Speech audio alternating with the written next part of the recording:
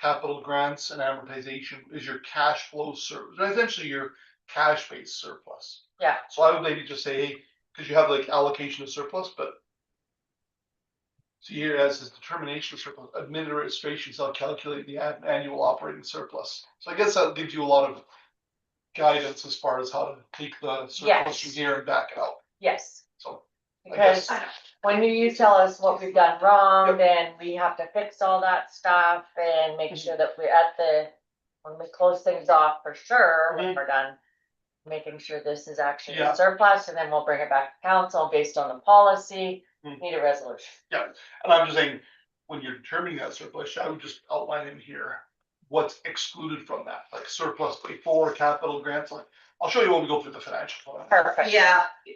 Because that's a big, because amortization is $100,000 every year. Yeah. So if you turn to surplus after amortization, you really turn to surplus. Yeah. If there's a better way to like incorporate that, yes. Yeah, I'll show you. Perfect. Okay, call the meeting to order at 9:30. For the special meeting to deal with the auditor and the budget. Oh, it's the auditor. The Audited financial statements. And then the reserve and then budgets and reserve. Any additions to the agenda? No? I moved by I'll you move to accept it, the agenda as presented. as presented.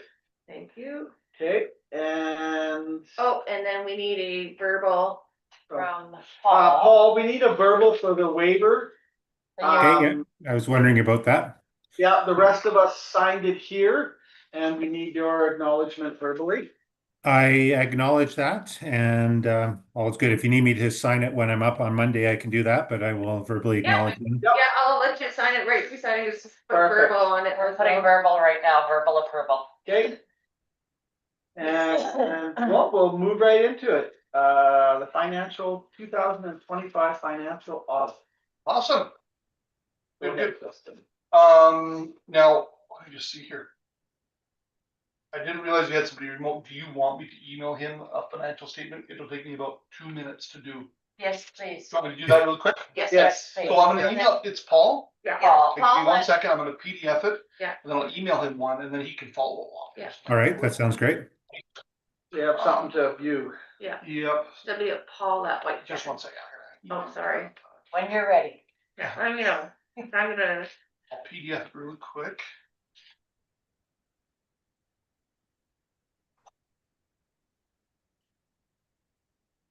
And I brought cookies, Paul, so you don't get Oh. one. Oh, thanks. Well, we can PDF a cookie to you? Yeah, we might have to save you one for Monday. You'll have to bring fresh I can maybe make it up by the end of the meeting if I leave right now. I'll miss everything in between. And those are your good cookies too. I was gonna tell you, so just zoom in. Right. Yeah. Right. Zoom into the cookies for Paul. Or we can zoom in on my camera, but I can take a picture and send it. That just makes it worse. We'll just save one for you for Monday. There you go. Fair enough. So what's an email address for Paul? Go ahead. Paul? Paul at whitesandsab.ca. And no, it's White Sands AB together. All right. Make sure it's the right one. We don't need this for that No. part. That's always the phone calls to get about, well, the email didn't go through. Did you put a dot between White Sands and AB? Yeah. Oh, really? Yeah. Well, I just got There shouldn't be, right? No. No. Okay, that's, I got Well, I a didn't. kickback on a Interact thing today and it's .com.ca. Oh. And I'm sure the What? guy told me .ca. Yeah. No, this Oh, wasn't for yeah, yeah. here, Yeah. but, and then when I got kickback, I phoned him this morning and he says, oh, what email did? Paul, it should be there in just like Yeah. a minute or 30 seconds, depending All on right. how fast the So- internet's running today. I'll watch for it here. I sent you a copy of the financial statements we're gonna be reviewing. Okay. All right, so hopefully it gets you. Let us know when you get it, but we're gonna start in anyways. Sure. Okay, so everyone should have copies of, Summer Village of White Sands financial statements for the year ended December 31st of 2025. Title page, table of contents is the next one. The third page in is the statement of management's responsibility for financial reporting. So this is where Melissa will be signing off once we've approved the statements. But according as far as she's aware, the financial statements are correct and accurate. Okay. Next page is my auditor's report. Just confirming that I did get it. It's coming through here right now. Perfect. We'll keep a printed copy for you, Paul. Yeah. Okay, it's probably not necessary if I've got the electronic one, but sure. Okay. It's not gonna have letterhead and stuff on it, but it is what it is. At least you get the numbers. Okay.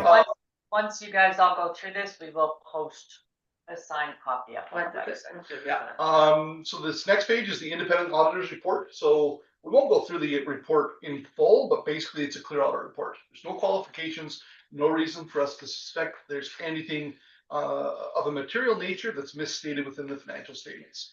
And as you're aware, I mean, part of our audit is, of course, looking at numbers. We also look at processes too. So throughout the audit, there's some formal documentation recommendations, probably more informal stuff, like when Janelle's working with you, recommendations here, things like that. Maybe we aren't the best at writing everything down, but we have a few points that we'll go over.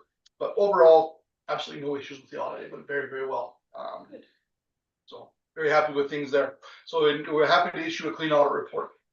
So the next page for the statement of financial position, this is your balance sheet. This is your assets and your liabilities. Essentially, it's a summary of the entire operation.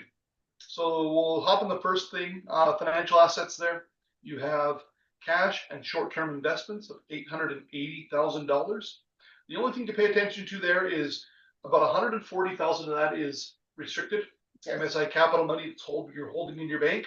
So it's not available for any purposes. It has to be used for purposes approved for that grant. Other than that, that's the only external restriction you have. You have an internal restriction, meaning you've set $513,000 aside as a reserve. Now that can be moved back and forth. It's not an external restriction on your cash, but when you look at your cash of 880, and you consider that you have 140,000 of MSI capital, and if you were to, for some reason, want to pay out all your reserves, that would be about $650,000 of your 880 that's kind of either restricted or earmarked for something else, leaving you roughly $200,000 and some odd of operating cash and capital. So the reserve for public land, that isn't classed as something No. is restricted? Exactly. It's just like a deferred revenue. So Okay. it's money you got to have. It's down to that 152,000. Yeah. So technically, it has to be spent on. Yes, it's got to still be spent on It's projects restricted for to a reserve. point. I think this year there was about, I think it was $750 that was spent out of it or reclassified from it. Reclassified. But yeah, that is included in your cash as well. Okay. But it's not a, I guess it's technically in for revenue, but it's internally restricted more than an external restriction. Yeah. Okay. Yeah. Moving down through, we got receivables from the government, 248,000. Most of that's grants. You got $91,000 in CCBF grant, and you got 151,000 for your LGFF grant coming, and then about 5,600 in GST. But you have some money owed to you there. Yeah, the LGFF, until the MSI grant is spent, we don't receive the money. They allocate it every year, but yeah, until you spend the rest and have a spending plan for the future, they'll hold it. Just for the purposes of recording. Yep. Acronyms are always very difficult. So can we just go through and say what the LGFF and all that kind of fun stuff? Okay, so CCBF stands for Canadian Communities Building Fund. Yeah. Used to be LGFF is it's the old MSI capital. Local government fiscal framework. That's it. Essentially, it is the old MSI, which is Municipal Sustainability Right. Income that Yeah. they just renamed. And they have restrictions on whether they can be used for operating or capital. Yeah, there's two sides. There's two sides to it. Yeah, Yeah. there's the capital component, which they give us like a 3-year thing, and hopefully it stays that way. Yeah. And then the operating one, we never know we still don't know at this point. Probably May, we will know what we're getting for operating. It's usually Well, the last couple of years have been 17. It doesn't vary too much usually. Yeah. year. 17,000. Thank you for clarifying that. Your other financial asset is your investment in Shirley McCollum, 124,000, been a number of years since you've had any extra investment there. And I'll just point out that Shirley McCollum, you do have the debt payable to them. It's your only real long-term debt. Your only term debt is the $50,000 owed to them. So those are your financial assets. Under liabilities, of course, you have your accounts payable, 98,000. Most of that's 2,000. Your essentially your December bills that are eventually paid sometime in 26, just to roll over from year to year. You have deferred revenues of $350,000. Again, that's all grant money. The CCBF, which is the Canadian Communities Building Fund, the LGFF and MSI grant are all in there. 101,000, 108,000, and 140,000. And there is a note 6 in the financials that does, and I think in that note we actually use the terms of all the grants in full. Okay, Fits correct. in. Yeah, there you go. If you look at note 6, it actually has the grants written out in full. On the face of the balance sheet, it gets a little crowded with all that. Yeah, I know what they are, but I just wanted for Mhm. community purposes. 100%. Yeah. Okay. As mentioned, due to Shirley McCollum, note number 7 outlines it, but 50,316 is owed to them. Annual payments, well, semi-annual payments of 2,200, so $4,400 a year is the payment associated with that loan there. And as Leona pointed out, there is a deferred revenue for the reserve for public land, 152,000. Most of it dating back to 2010 through about 2018 when it was collected, and it's been a number of years since anything's been spent out of that. And it has to be spent on specific projects for basically green spaces and public land. Yes. But it's been a number of years since anything's been, I guess, qualified as an expenditure out of there. Is there a time limit on that, or is that indefinite? No time limit. That is based on MG requirements, and then it is something that in your capital, you'll be looking at it as maybe part of your shoreline management plan projects Or that green come out of space that. plan. Yeah. Correct. Yeah, it was originally from the development of certain segments of White Right. Sands, and it was put forward as such. Yeah, the developer had to put it all in So there. not roads and those sorts of things, Could be, could be? no, it could be. Could be, but based on, because when we went through the agreements, it was not specifically, but if I go to the MGA, it Mhm. does have a specific, it's a reserve fund for parks, public land, any development in that sense, and that has also kind of been put into your capital package to give you kind of a layout of how it can be used. I think it still can be used for some infrastructure though, apart from just green. Like green spaces is one component, but I believe if we were to put water into the village, it could go towards something like that. Or put another road in to tie in a new subdivision, we could put it in that. Or potentially, could it work for like the drainage issues or boat launch upgrades or anything like that? You have to tread carefully, because if your agreement wasn't specific enough, then you're starting to tread into areas that become they're not let through the legislative requirement, because you didn't specifically state it in the agreement clear enough. You're kind of locked into more of the legislation. But it's not ruled out. I'm not gonna say nothing's rolled out. We can talk about it and Okay. kind of, Okay, so I would investigate further before we the proceed. the priority on it is that it's designated toward green space development. Correct. However, we could use it towards some infrastructure, but we would have to jump through some hoops. And make sure that we're. Make sure we're not offside. Yeah, correct. Okay, All right. Perfect. But yeah, that would be my recommendation too. Just make sure before you spend the money that Yeah. it's okay to spend it on that. Yeah. So that's your liabilities. Down in non-financial assets, the biggest thing there is your tangible capital. This year you spent 91,000 on tangible capital assets. 57,000 was spent on building renovations and site prep. 16,000 was spent on road and dust control. 5,000 was spent on the engineering and planning for the drainage study. And 12,000 was spent on the mini truck, Yes. which I gotta see. Somebody said they bought a mini truck. I'm like, I want to drive by and see this thing. Mini truck. It saved us a lot of money, I'll Did tell it? you that. Good, Fuel, yeah. good. So yeah, Like a 91,000. Tonka truck, only bigger. Small side. by side. They call it a municipal Tonka truck, I like that. Yeah. So yeah, that's your capital for the year. Other than that, you got some prepaid expenses, but overall balance sheet's pretty easy to follow and understand. Any questions on this page? Okay. So off to the next page. Revenues and expenditures. So this is a statement of operations, your income statement for the year.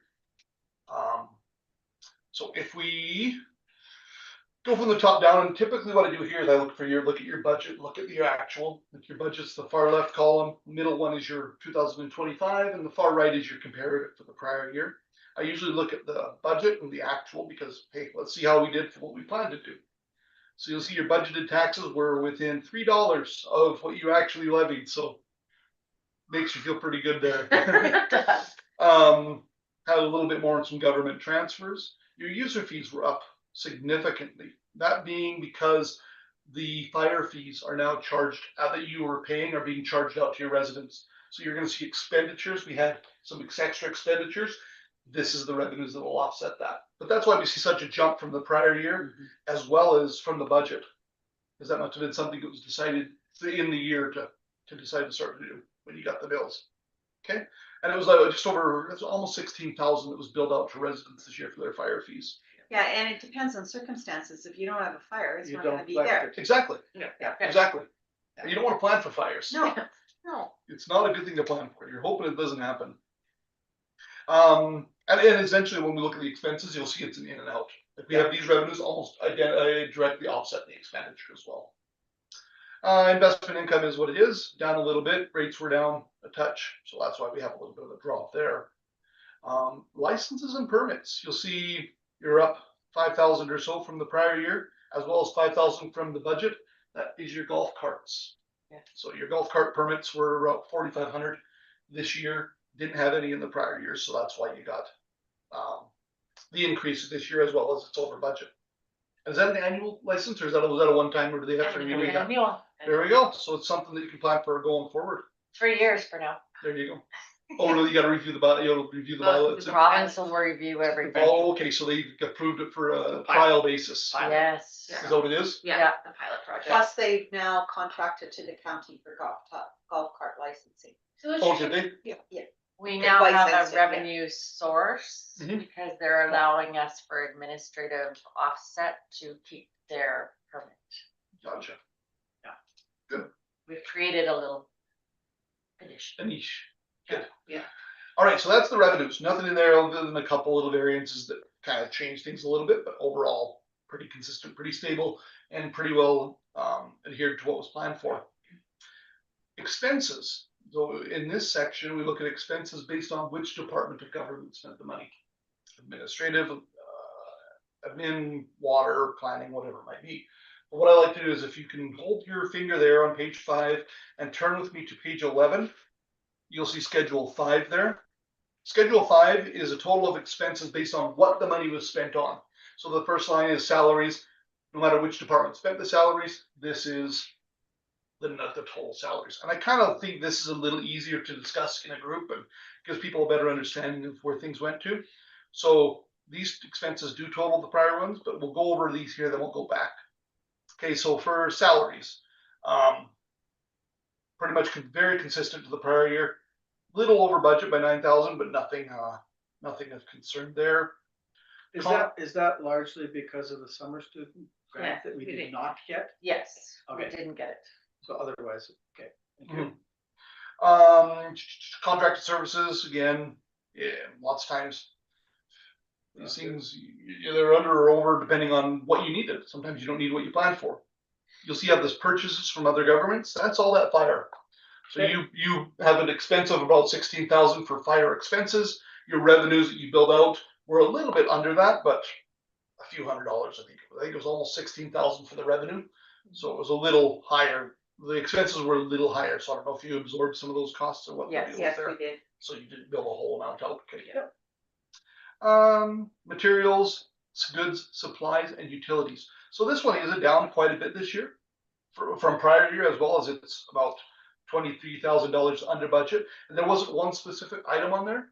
There were a few that kind of made up the deficit. So first one, office goods was about $3,500 below budget. Transportation fuel, a little mini truck, saved you $6,000 in your fuel over what was budgeted for versus what you spent. Repairs, $5,000 was under budget. And parks and planting material, budgeted $5,500, nothing was spent. So you had a few items in your budget there that make up that weren't spent or you were under budget on them. Yeah. But there you go. Your little mini truck saved you $6,000 in transportation fuel, so that's great. That parks and planting. Paid for half of itself. Yeah, the planting stuff that like due to the weather conditions, it didn't make sense to Yeah. spend any.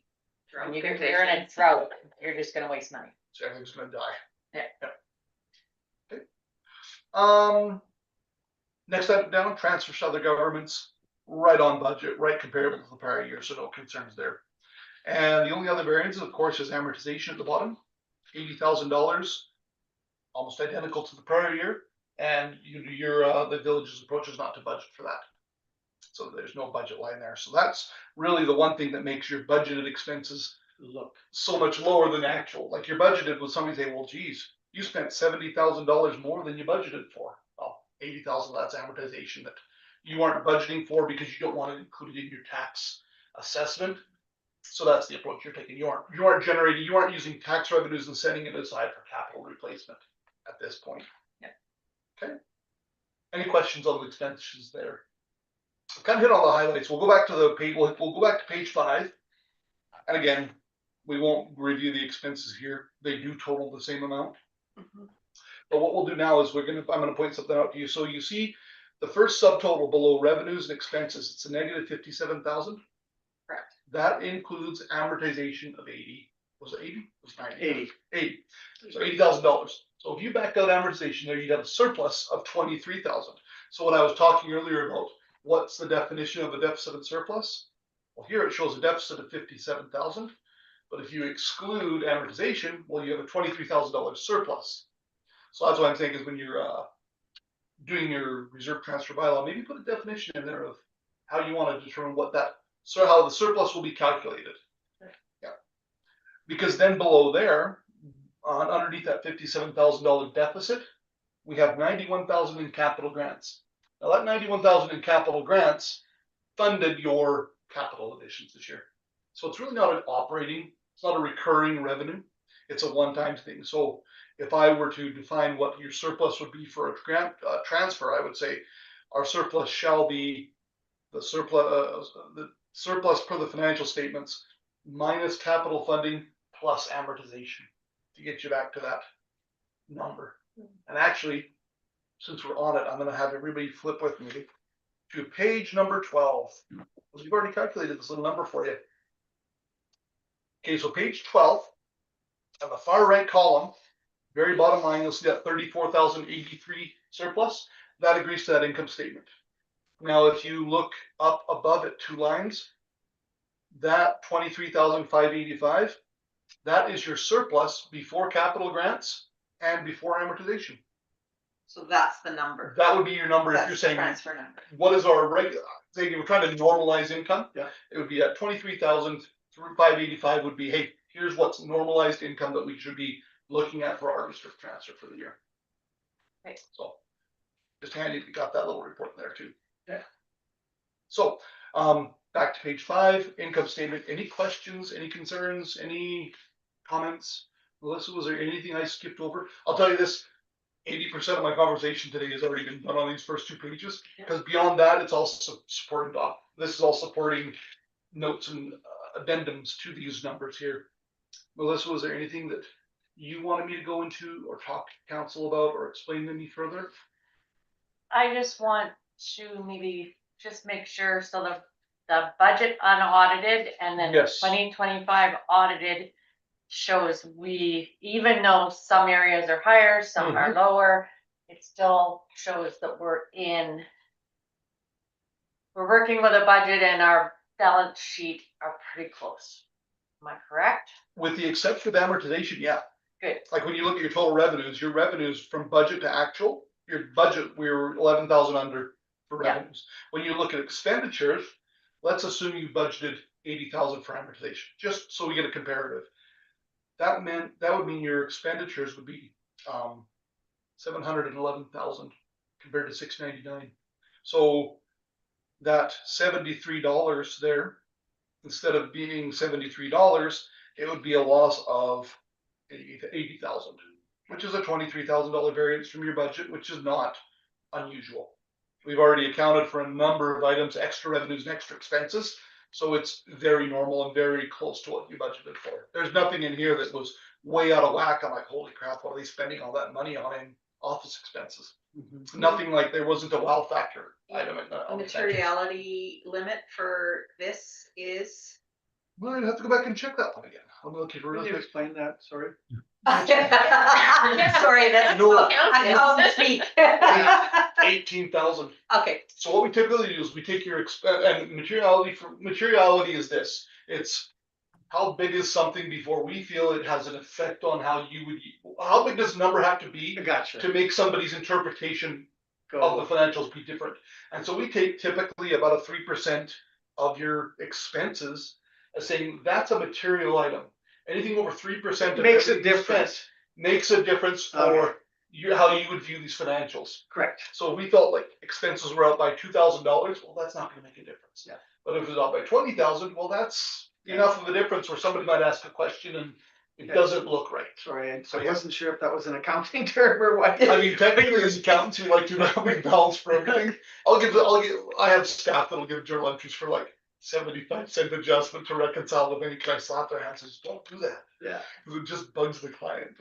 And So, as accountants, we're a little OCD-ish. just to go back, just to summarize, so that 23,000 figure that you said was the key one. Yeah. That would be like, we can say at the end of the year, we have $23,000 that we've now added to reserves and can decide as we're doing our budget discussions Yeah. what to do with that amount. Correct. Exactly. Okay. That's kind of the conversation we had earlier is at this time every year, that would be the number that I would consider saying, hey, here's our number that we can plug into our policy to allocate budgets, however you have outlined in your approved policy. Yes. so the one question that I have with that, so Yeah. we do not allocate, or we do not budget for amortization. Mm-hmm. So then in the reserves, we Yeah. need to have some level of replacement cost for that then. Yes. Equipment or. You have a general operating, you have an amount in your proposed policy to maintain it as a general reserve, Of 200,000. 200,000. So right now your total reserves are 500 something thousand. Yeah. We'll get to that in a second. But so right now you have a general of 200 and then you have specified reserves for that 300. So as long as I think per your policy, if you've got your 200 filled up, you can take that 23,000 and allocate it to capital projects. Right. Capital Or reserves. as specific. Exactly. Okay. And that's ideally how reserves have to be. Yeah. So is there a correlation between the tangible capital asset expected life return and the amount that you have in specified reserves? It's usually based on replacement timing. If you know that we have an asset and in 10 years we're going to have to replace it, we need to be setting and it's not going to be funded by a government grant. We have to fund it ourselves. That's where that reserve should come in. We need $100,000 in 10 years. So every year we're going to move 10,000 into that reserve. So for example, re-roofing or major renovations to the community hall, whatever that timing is, we should be setting aside some of that funding into an asset.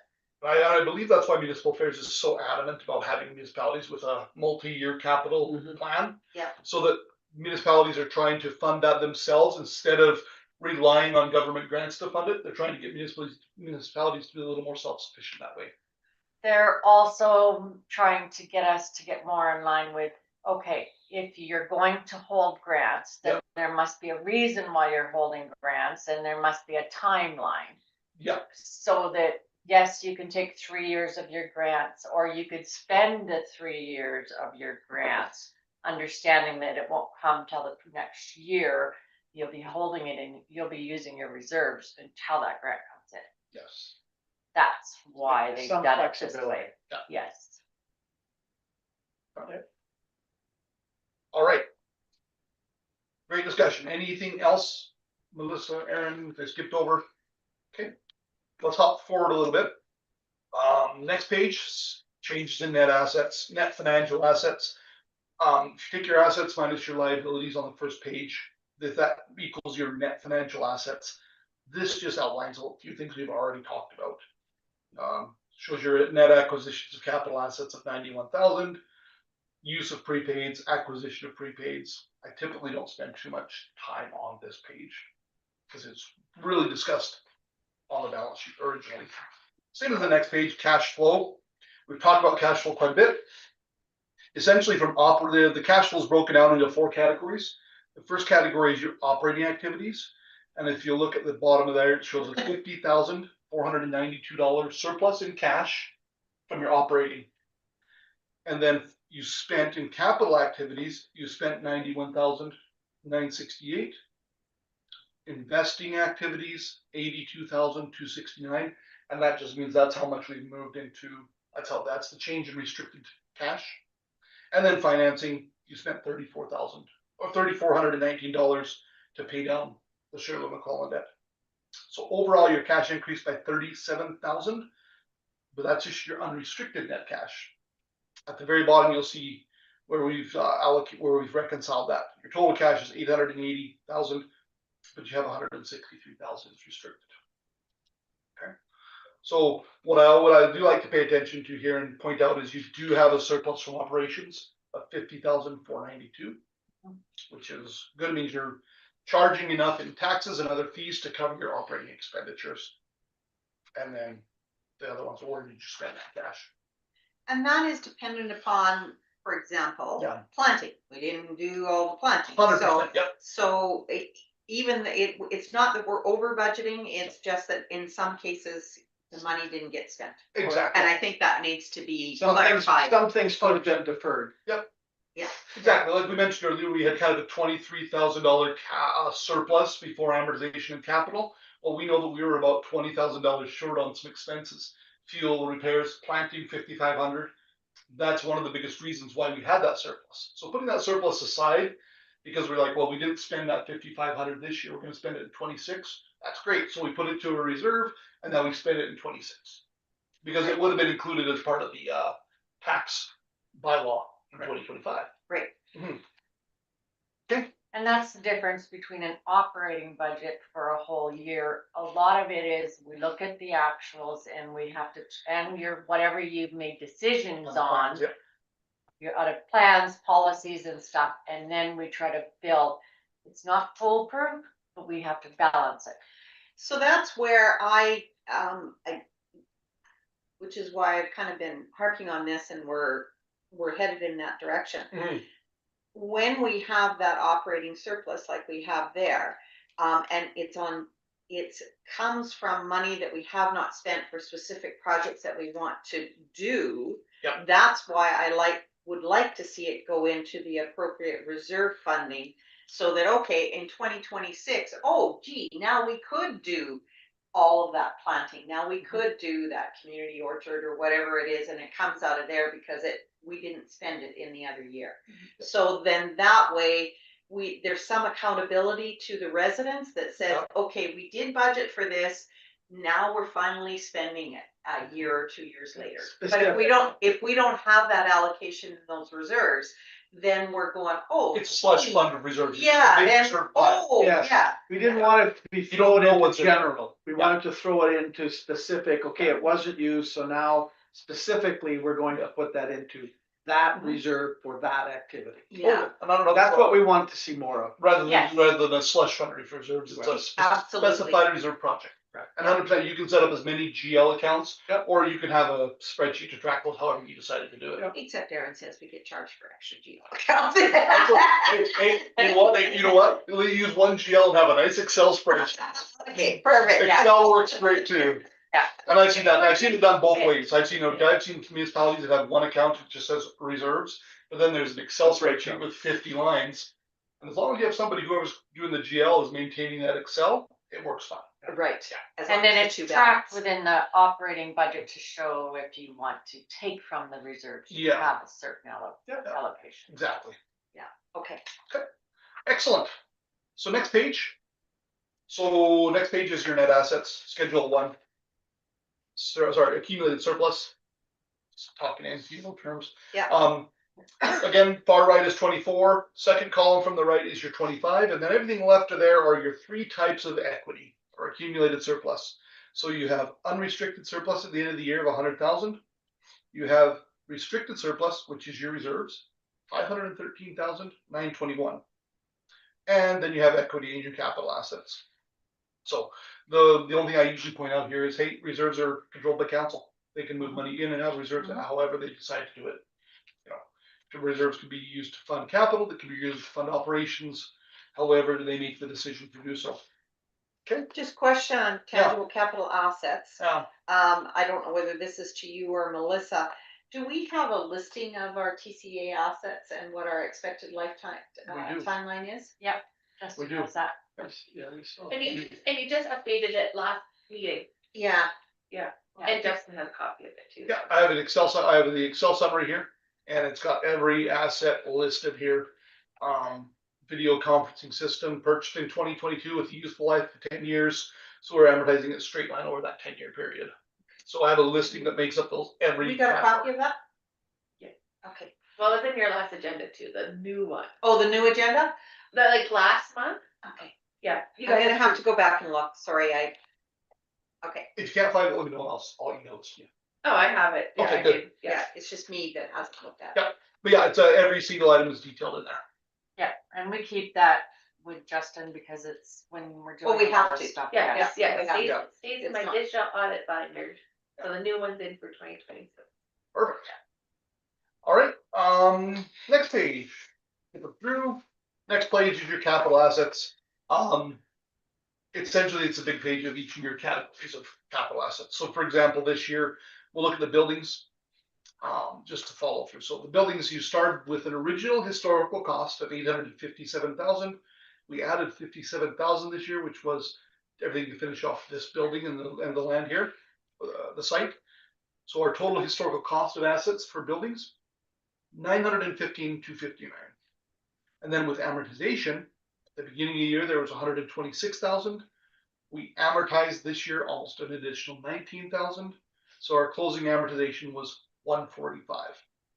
So if you take the 915, the historical cost minus the 145, which is the historical amortization, we're left with about 770,000, which is the net book value of the buildings. Okay. I have a question for you. Yeah. Because just to be clear, Yeah. if you included the amortization and we actually budgeted for it. Yep. Every year, this would be a huge thing that we'd be having to cover with tax dollars, correct? $80,000. This year you would have had to raise an additional $80,000 in taxes if you were going to cover your amortization. Yeah. And at 1% tax increase, you get about a little over $3,000. So can you imagine the percentage it would be to cover 80,000? Yeah, so that's why the argument about that I had about not argument, but comment that I had about putting in contingencies into the operating budget so that we can offset some of that over a period of time for surpluses. You're not going to replace the full $80,000 or whatever it is for the amortization, but at the same time, we do need to be fiscally responsible and start accumulating some of that for some of our assets, but For replacement of assets. for replacement of assets. But that's a bigger conversation looking at that TCA schedule and estimated life. But we do need to think about that. And I think that's an education process that you're gonna have to work through with educating residents, because they're gonna have to need to understand that there is a reason why sometimes you have to do these tax increases. And to hold the line just means you're putting yourself backwards more and more because you're not creating that little bit, even this little bit of surplus makes a difference. Mhm. Yeah. It may not cover it all, but it's there. Yeah, the nice part is most of our assets are above ground, and a lot of the communities that are currently getting into trouble is they have aging Underground. infrastructure Yep. underground. Yes. You know, and it's, I don't see it, yeah. yeah. We don't On that have- note, what are the examples of what engineered structures would be for? Thank you, that community? was my next question. That would be your roads. Yep. Okay, That would be your roads, yeah. Okay, Roads, or would, storm management be part of that? That'd be an engineered structure, Yeah. things like that. Drainage, roads, Yes, ditches, Yeah. I think it's some drainage ponds around here as well, things like that. The drainage study this year would have gone in there. Yeah. It cost, I think there was 5,000 in drainage study, it was 21,000 spent there this year. I think 16 of that was road, dust control, and about 5,000 was the drainage study. yes. But yeah, mostly roads, transportation and drainage. okay, then in that case, next question is what's land improvements? That would mostly be like parks and things like that. Correct. Yeah, equipment in the parks. Okay, Or the playground. playground, yep. Yeah. Bigger. Or like, lots of times you'll see like, parks, like you'll see like the park has, a nice, feature or a cascading wall or barrier. Tennis courts. Yeah. Yeah. Parks. Yeah. Yeah. okay, Yeah, essentially equipment that's permanently fixed. Yes. my only concern about this is dust control. Dust control isn't a permanent asset. No, it gets amortized pretty quickly. We take it over 5 years, I think it is, where it's, it does have a long time useful life. So eventually it gets amortized out over 5 years and you'll have to dust control that road again. Okay. So that's really what it comes down to. It's an asset that has, it's got useful life of more than 1 year. Okay, It's not gonna be something you do every year on the same piece of road. Right. But after 5 years, we'd have to look at the policy here, but, it gets amortized over that number period. It's like asphalt would be the next step up and asphalt would be 15 years. right, right, So we take it over 15 years instead of 5 years. okay. But I think Okay. every 5 years, have a dust controlled road and you wanna maintain it, I think every 5 years or so you have to do the dust controlling, depending if you're using the mesh or Well, what you're doing exactly. too. yeah, most of it's dependent on council's decision, like last year Yep. we did do dust control, previous year we didn't. Mhm. And then they'll have to make a decision, do I apply again for a grant, are we gonna wait until next year? Again, it's a Yeah, discussion. typically ours are for the main stretches, we do more frequently than 5 years, but for the smaller, feeder lines, if you will, we do them probably closer to 3 to 5. Yeah, we take them over 5 years. I'm just looking at it right now. So this year's dust control, 5 year. The last one we had on was 2022. Mhm. There was another one in 21. Yeah. It's been a few years since we've done it. So yeah, there was a 21 for about 20,000. 22 was 9,300, and then this year 16,000. Yeah. So In 25. in 25 it was 16,000 in 25. So yeah, so essentially over 5 years you're writing it off because you have to put some sort of timeline on it. But I know what you're saying. It's not an asset you can see. It's just the road's still there, but Yeah, it's got something that's every 5 years you got to. yeah, I was just wondering why you classified it as an asset, Yeah. and no, yeah, okay, I'm good with that. So that's capital, and like I said, we do have that listing. Next page, Schedule 3. Schedule 3 is a really interesting schedule, especially with summer villages.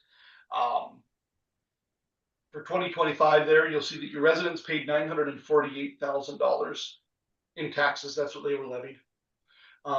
403,000 of that immediately left the municipality, went to schools and seniors, and you're left with 545,000. That's 57.5% of the tax dollars stayed here. Yep. The year before it was 58.4. So I always say, hey, when your residents are asking where their money tax dollars are going, that's almost half of it right there. So you're left with 545 for your purposes. That's our operating. So these requisitions are provincial requisitions. Yeah. Should we have not put in some of the other requisitions that we pay as well, like to the county? Those Or- are intergovernmental, those are more internal, these are external, out of our control. Well, same thing for policing and stuff like that. Correct, but yeah, They'll bill you what they're gonna bill you. It's paying a vendor. So we don't have policing in our requisitions. No, it's showing as an operating expense. Right. It comes off and creates surplus deficits, including expenditures. So municipal affairs is, cause we did it Yeah. 1 year. We put it as a special tax item, just like our roads, yeah, they don't like it. Yeah, they don't Yeah, like they it. don't like it. There's some communities that. Some around here that municipalities do. that- Some you know, do it just out of spite.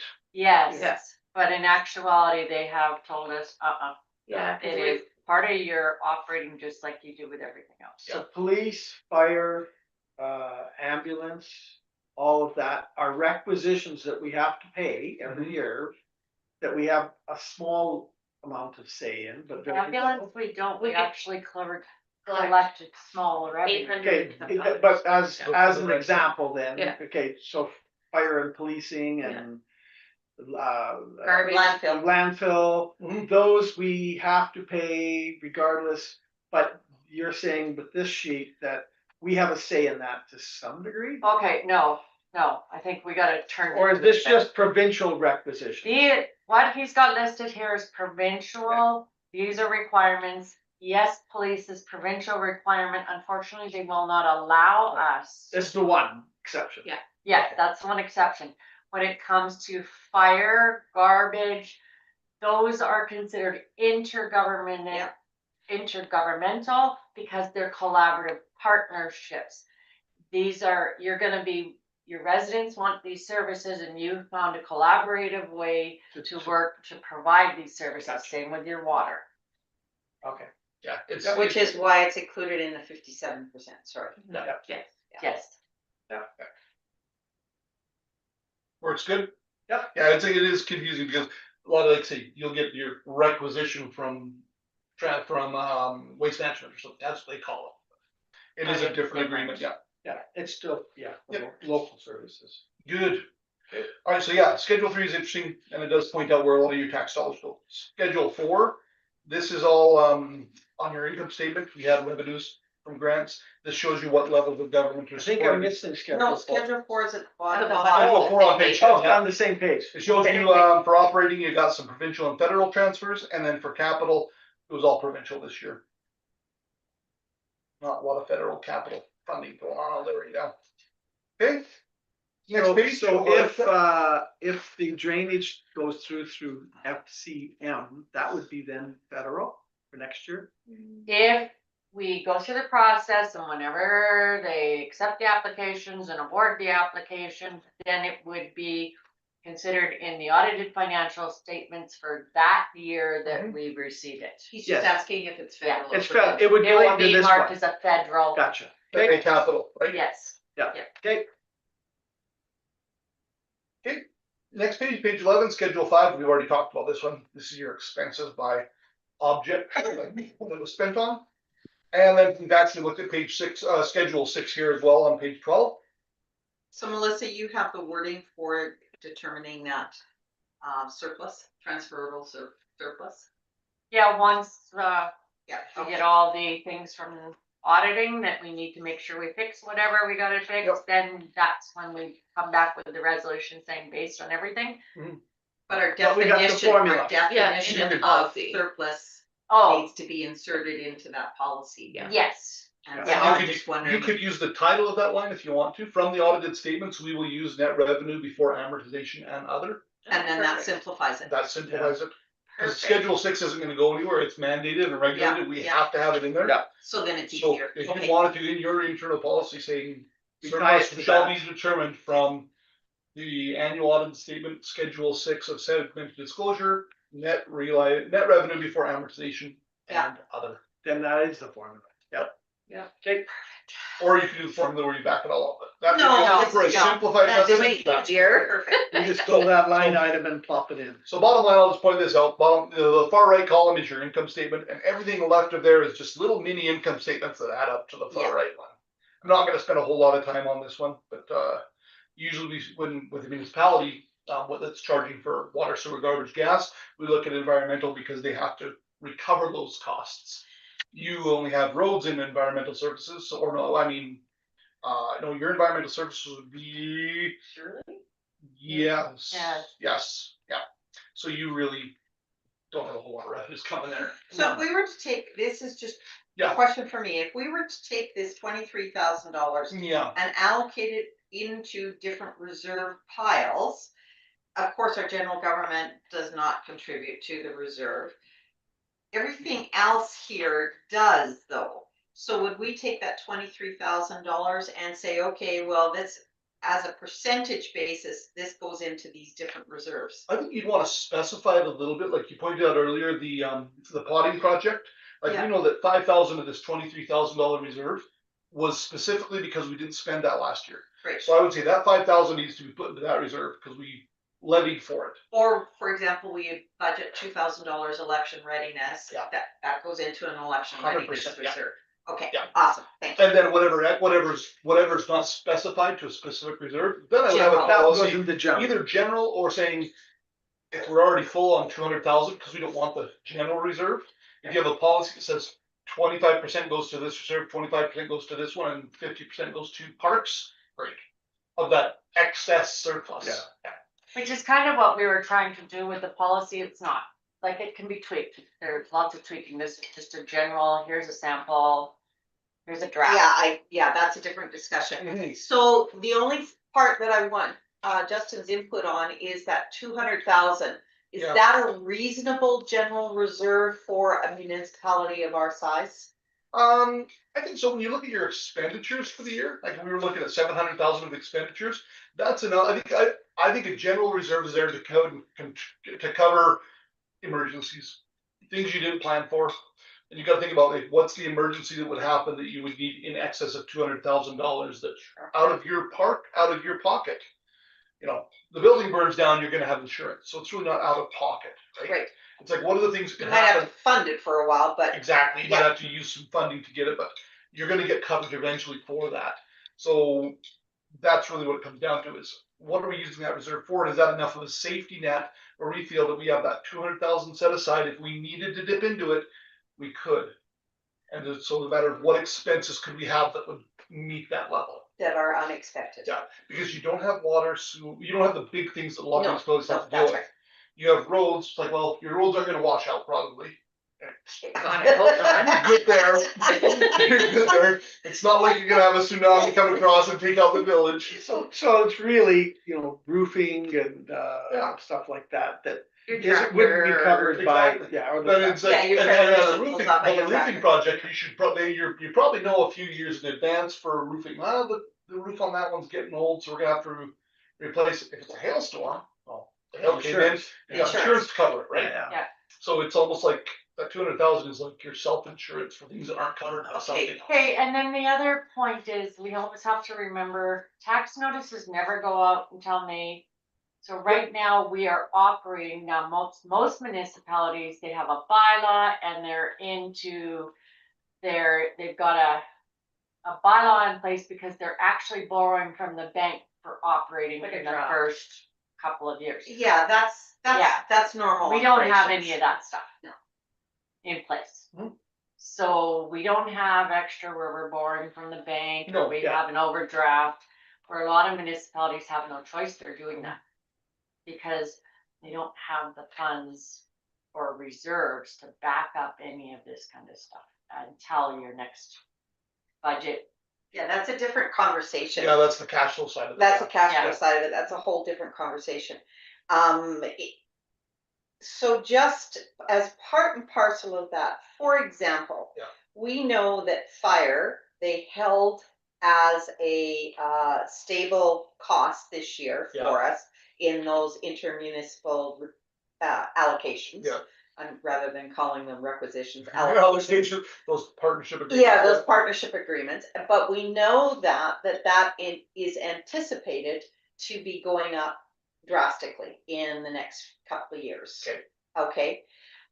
Is that part of that emergency reserve, or is that something that we should be budgeting for if we know that cost is going up, Mhm. like policing is going Yeah. up? Is that something that we should be budgeting for and putting in a separate reserve, or is it something that is out of that 200,000? I think if it's an annual cost, you don't use reserves. You have to set your tax rate bylaw to meet Capture. cash flow of that. of that, saying, so, you know what, okay, fire's going up, but it's not like it's a one-time thing. You didn't no, get it's a- gonna go up 30 grand, Yeah, it's gonna go up 30 grand and it's gonna stay there. yeah, It's not like there was a blip in the radar. no, Like, it's just going up, so we know it's gonna be there, so we have to put our taxes so up. We don't reserves are really have a look at the choice. radar, Yeah. okay, That's what I say, is if I described, it's like, yeah, that, general reserve would be the anomaly. The things that weren't planned for, the surprises that we aren't. An covered for. emergency that we didn't, Yep. we couldn't plan for. so it's just part of Legal our conting- communication legal project, contingency- Legal contingency is Yeah. a big one. yes, Yeah. Legal's Yeah. huge, like legal for municipalities is huge, and you don't really set money aside for it, and if you get it, you aren't usually, a lot of times there's not insured, you aren't insured for it. You're out pocket 150,000 because somebody Sued you. got hurt on your part. And then you're also like, say a situation arises, you have a local emergency, or you have to go into disaster recovery for something that's totally unknown, but say it happens. The first 200 and some thousand is on you. The province is not going to give you any money back, and then it takes time to get that money back, and they only cover 90%, so it's a long-term thing, so that's why. But it does sound like, based on our annual expenditures, based on our infrastructure, that 200,000 is adequate. I would say so. I think that was your original that was my question. original question. Your original question was, is that adequate? Is that normal? Is that for a village our size, et cetera? We've gone through all of that. And you're saying that it is adequate given what we have. That's, Yeah, I'm trying to come up with, like, I'm trying in my mind, trying to think of things, situations where you would need $200,000 to fund something, and the only thing I can think of it would be like, for some reason, there's a lawsuit that comes forward, it's uncovered. Or disaster, sir, if you have a major fire Yeah. and lots Not insured, yeah. that's not insured. Yeah. Yeah. Then that is, yeah, well, and you're looking at other municipalities that have gone financially bankrupt, or they're in challenges. It's usually infrastructure It's water, related. yeah. It's usually water and Sewer, sewer. sewer, water, Yes, it's so impossible. we do, and they don't have a big reserve because that's millions. 100% is. Whereas ours, we don't have that major, oh my God, we gotta replace this whole system. sewer line. Yeah, so that's, so, it is a small reserve, but I think, I think I'm fairly comfortable with it. I'd say it's adequate, for sure. Okay. Yeah, and the reason why I was asking is because we are looking at a policy Yeah. after this, and I want to be sure that that is Addressed. addressed. Good. Okay, so beyond that page, it's notes. We've gone into Yeah. a lot of the notes. So I'll tell you, it's page 13, 14, all the way to 18, I think, are the notes to the, outline the accounting policies of the Summer Village White Sands. Sufficient to say none of them changed. Note number 2 on page 18 actually talks about new ones that are coming out. And I don't think that's going to affect you either, but we do disclose those. Okay, You don't think any of the new? it's not gonna change materially anything you have to do though. Okay. 'cause We'll maybe it- a little presentation, but that's gonna be about it. Like for these one, conceptual framework, financial statement presentation, and capital assets. No. And it doesn't start till 2030. Yeah, Nobody really understands what's gonna be in that one. Maybe talk to me about that one in 2028 or 29. I might be able when to you give you an give me idea some there, yeah. rules, The yeah, bottom line is, it's just out there and it's gonna be kicked down the road for another 5 years past that one, because they just did a major TCA change a dozen years ago. Right, and the They're gonna- asbestos thing played a factor on some municipalities and not ours, so we were pretty lucky there. Okay, note 3 talks about cash and short-term investments, is what it is, talks about your GICs. only question I have Yep. there are these all redeemable or are they fixed?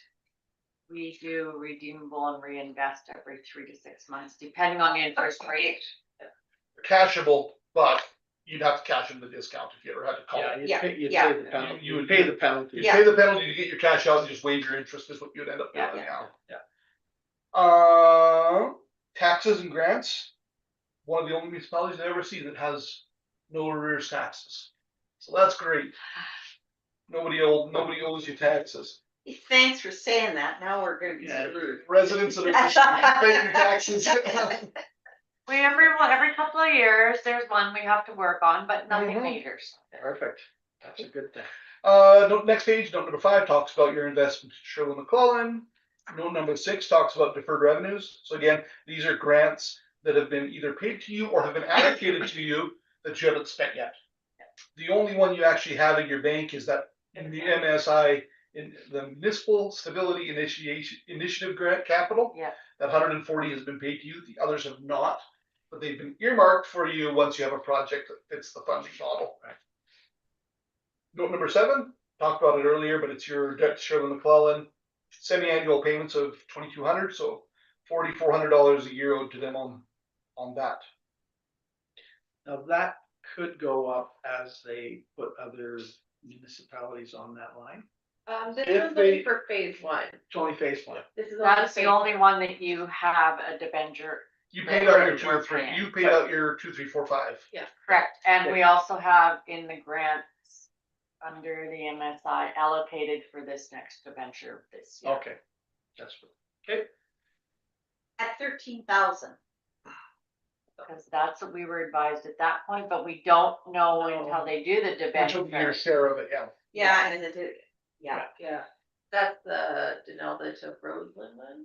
Yeah, Correct. Paul? And there's Both? Compier And and Compier is Yeah. probably like the next phase or whatever Yeah. after Compier. like unless we've got actual numbers in We front can't of put it us. Yeah. Nope, that's fine. Yeah. and I have the Shirley McCollum stuff here with me to get. Oh, good. Okay. Debt limits, next page, note 8. Municipal affairs does govern how much debt you're allowed to take on. It's based on a percentage of your regular recurring revenues. So according to them, you could take on 964,000 of debt. You only have 50, so you're well within the limits. And then your debt service limit, which is your annual debt payment, principal and interest. They say you would be allowed to take on $160,000 worth of annual debt payments, but you only have 44. So you're well within their limits, and I don't like to ever see a municipality pushing those limits because it isn't advisable. You're getting in trouble. Mhm.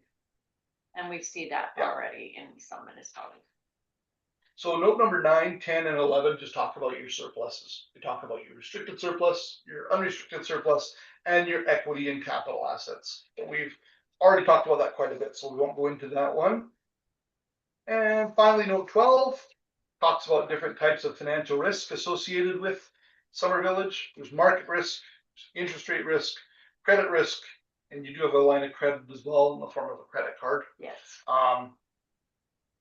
Overall, your financial risk is quite nominal. Yeah, if you have anything, you have a little bit of market risk.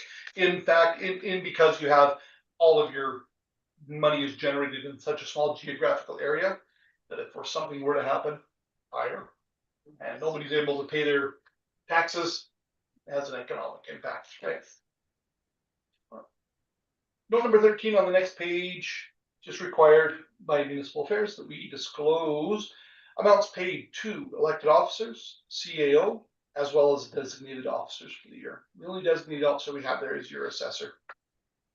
Does mention one position, but that's the only one we have.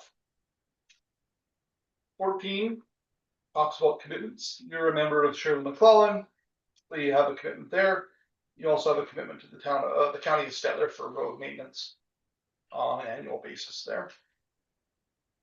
Note number 15 talks about contingent liabilities. Because you're a member of the Alberta Municipal Insurance Exchange, as well as Stettler Regional Waste Management. If either one of those entities ever had a major loss and they were required to requisition their participating municipalities, could get a surprise for your share of costs. The one that would be the most reasonable would be saying, Stettler Waste Management had a major environmental issue and contaminated a waterway, and there's a big cleanup effort. So on a pro rata basis, they would probably look at requisitioning their municipalities for their share of the cleanup costs because they contributed to the environmental issue. Can I get you to do a bit of a clarity for me because I can try. okay. When you go back to salary and benefit disclosure. Yeah. Cause it states the salary or the wages. Yep. And then the benefit allowance, what all does that include? Benefits, so it's the employer's share, it's the employer, so it's the village's share of CPP, Yes, EI, pension, health benefits paid to that employee. And Okay. our speaker contributions. yeah, Yeah, so it's pension, yeah, everything, everything, yeah. whether it's the federal, the, Racial. all those other, whatever you All offer, penal it's also your federal liabilities. Yeah, it's the village's share of them. Yeah. So like Yes. what happens is when the village takes off $300 off your check. Yep. That's not a benefit. That's just your salary. But when they match it with their share of the $300, that's a benefit. So this is their matching side of CPP, EI, RSP contributions, and then health benefits and other benefits they provide for you, whether they're taxable or not. They Yeah. show up there. Yeah. Some I are just wanna taxable, make some aren't. sure that it's understood that that's not exactly what I'm getting, that's just that these are the costs. And that's why some of the counselors there do have taxable benefits and other. Some are of age where they aren't required to Yes. contribute. CPP. I didn't say it. Well, I love it. It's not just the owner. And it makes you feel good. You're a bargain. All right, so yeah, there you go. There's So- 2 counselors that still have to pay into CPP. No, the Oh, youngins. well, you haven't told me and you haven't signed the fancy paper that I There's a have to special sign. paper The that you special have paper you have to sign. Send it on over. Okay. CPT, CPT something. Yes. CPT, that's the only one I know for CPT. And some of us are still having to support you elderly people. Yes. I'm on their side, Paul. Exactly. Yes, I guess I should sign it. Yes. So Melissa, you're right. When we look at this and you say, okay, I am not getting paid $106,000, but you're receiving benefits Yeah. of a value of $106,000. Well, yes and no. No, there's no yes and Yeah, no to no, it. that's just the way it works. Well, yeah, but you have to remember, yes, I get some benefits, like I get the health benefits, I Mhm. get an RSP. RSP that you have built into my contract. But these are also those additional things that the municipality would have to pay, or any company has to pay above and beyond For your sure. salary. But it's to still a the- benefit. But it's still to a the- benefit to you. To the federal government. Because your Canada pension goes into your account, both your Yeah. and our portion goes into your account, so it's a benefit to you. That's why it's not this. That's why it's looked at as a benefit. Yeah. Yes, You don't it's get. just, those are the legalities that we fall under Yeah, with yeah. legislation. Yeah, With yeah, anybody. With anybody. yeah. Yeah. It doesn't matter whether it's you or Timbuktu. Yeah. That's what we have to pay. Doesn't mean it comes all into my pocket, thank you. That's all I wanna clarify. Eventually, Eventually it will, believe me, it does, Yeah. that's why I have a zero. You're getting the other side of it. Now it's all coming here, just breaking it in. Yeah. Me and Paul will Breaking talk. it Just kidding. All right. Okay. So beyond that, we're on the last page. We talked about contingencies. We talked about segmented disclosure, which was that Schedule 6 with the number we're going to use for our reserves. Every year, sometimes we've moved some things around in the prior year. You'll notice little slight differences for 24 that we've moved up, but didn't change any bottom lines. And then the final note, council and management approve the financials. So that is that's important to know because these are the financials are approved by council and by council, not management, but we're engaged to give an opinion on them. That's our engagement. Like you approve the statements and we are engaged to give an opinion. So that's my clean audit opinion. And in our opinion, the financials are accurately disclosed. There is no material misstatement in there. So before we continue on anything else, we'll open up the floor now for any further discussion on the financial statements. Anything from council, anything from management that you want me to go into more, Melissa? I'm good. Paul? I'd just like to say that's great. Thanks, Justin, and Yeah, Paul. good work. Good work to admin for presenting clean financials for the year. Just as a question, I mean, you said clean audit. Everything looks good. Are there any learnings or takeaways that we can do better? Yeah, we do. We got some. We have some audit letters. I'm going to go into those as soon as I know that the financials they're okay. We'll definitely go into the letters. But I do have some to go over here as well. Yeah. Okay, great. tell me these things, Dan. So the first thing I think, You need an approval of the financial statements. Well, we can, Can you move wait, it all at let's once? do the letters first and then we'll, Move it all at once, okay. so, typically what I've been doing, and I'm trying to do this even more and more now, is I go into camera for a review of the letters, because these are letters from my firm to management and my firm to council, and then we can have a discussion there, then come out of camera and, So we need to. make a motion at that point to accept. Yeah, it. so I'll move to go in camera. okay, Paul, you need to go into that link now on to the teams. and just Okay. log out and come back. So after we're log, done. log out of this meeting, go into the Teams meeting, and then log back into this one. Perfect, thank you. Was that Okay, how- I'll be Yeah, joining you that's guys how in we're a gonna minute. do it.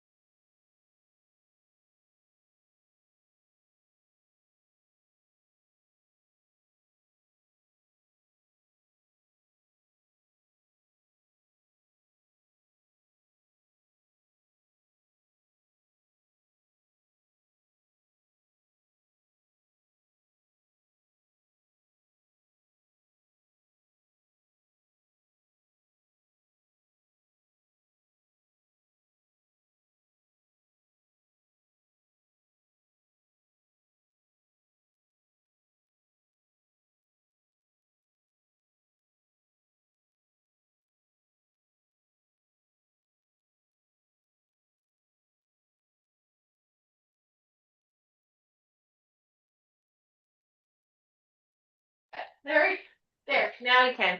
Motion out of camera. Motion out of camera, Yeah. section, what is it, 23 financial of ADA, so that's You Alberta need a- Information and Transparency Act, so you need to come out at 11 o'clock. Who wants to motion it? Sure, I'll make that motion to come out of camera. Okay. Agreed. You can put all the words behind it. Favor? All in favor, okay. Now you can. Oh, hold on, that's me on the camera section, what is it, 20, sorry, that's you too, cause it's double checking, no one Gotta can do it. hear. Okay, It's delayed, sorry. so, now we need to, formally accept. Yeah. The audited financial statements, So moved. That's ridiculous. Thanks, Leona. and all in favor? Yes. Okay. Make sure you have the date of the audited financial statements. That they've accepted the audited financial statements. And we can sign those, do we need anything else? motion to accept Mo- and sign them. Yes. Did you motion it all at the same time or separate, whatever? Okay, so Yeah, let's do it separate, or hold Whatever. on, you want separate or the same we time? can do it all at the same. Okay, so moved by Counselor Thurgood to approve the 2025 financial statement audit and what do you call them, letters Accept letters. and And management letters. management letters. Those are. As presented. Paul, Your or, ones too. Dan. Letters on April 17th. Okay, so that's just the audit findings, I'll get you both to sign the rep letter. Okay, Okay, there we go. So yeah, one of these is for you, one of these is for me, so I'll leave one for you. as of April. 17th. Anything? So should I just sign mine on Monday? Does that work? Yeah. Right, we're good if we sign Monday? He won't, I only need 2 counselors, so he gets Yeah. off. Oh, so you're fine. Okay. Alright, so you are signing I signed Your- the spot right here. right there, and then council signs Right there, just by on the yellow tabs. So those are financials. So I'll take those ones, I'll leave these ones here and you can sign these now or later, whatever you prefer. I've already signed my audit report on all of them. I'll just get you to sign the ones for me now.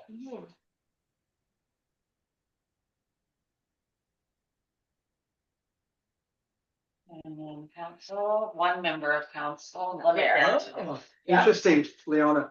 I know, 2 L's, 1 L. I know, I realized I spelled it wrong the first time round. So yeah, this is the, alright, just need the signature from you beside your name. Yep. And then I can scan You you a want copy underneath or over here? wherever you want to put it. I don't understand why they don't leave a signature on it, to tell you the truth. There should be one. It's weird. Yeah. So perfect, so I'll keep that one. And you'll No, submit These that? are all sent to you to submit. So Perfect. these are these are like, I got council and you've signed all these ones. Okay. I've already signed my audit reports. You can get those signed now or later by council.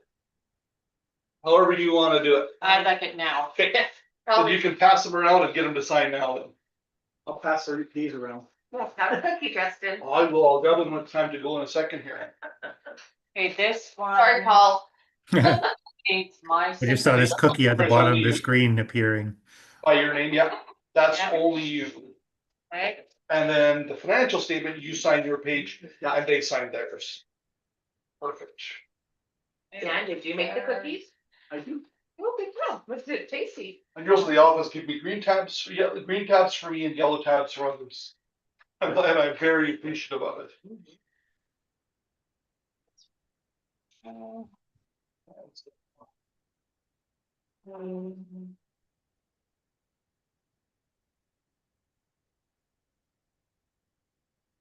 And we're supposed to be a paperless society. Yeah, no kidding. That ain't gonna happen, to tell you the truth, because they still won't accept electronic all the time.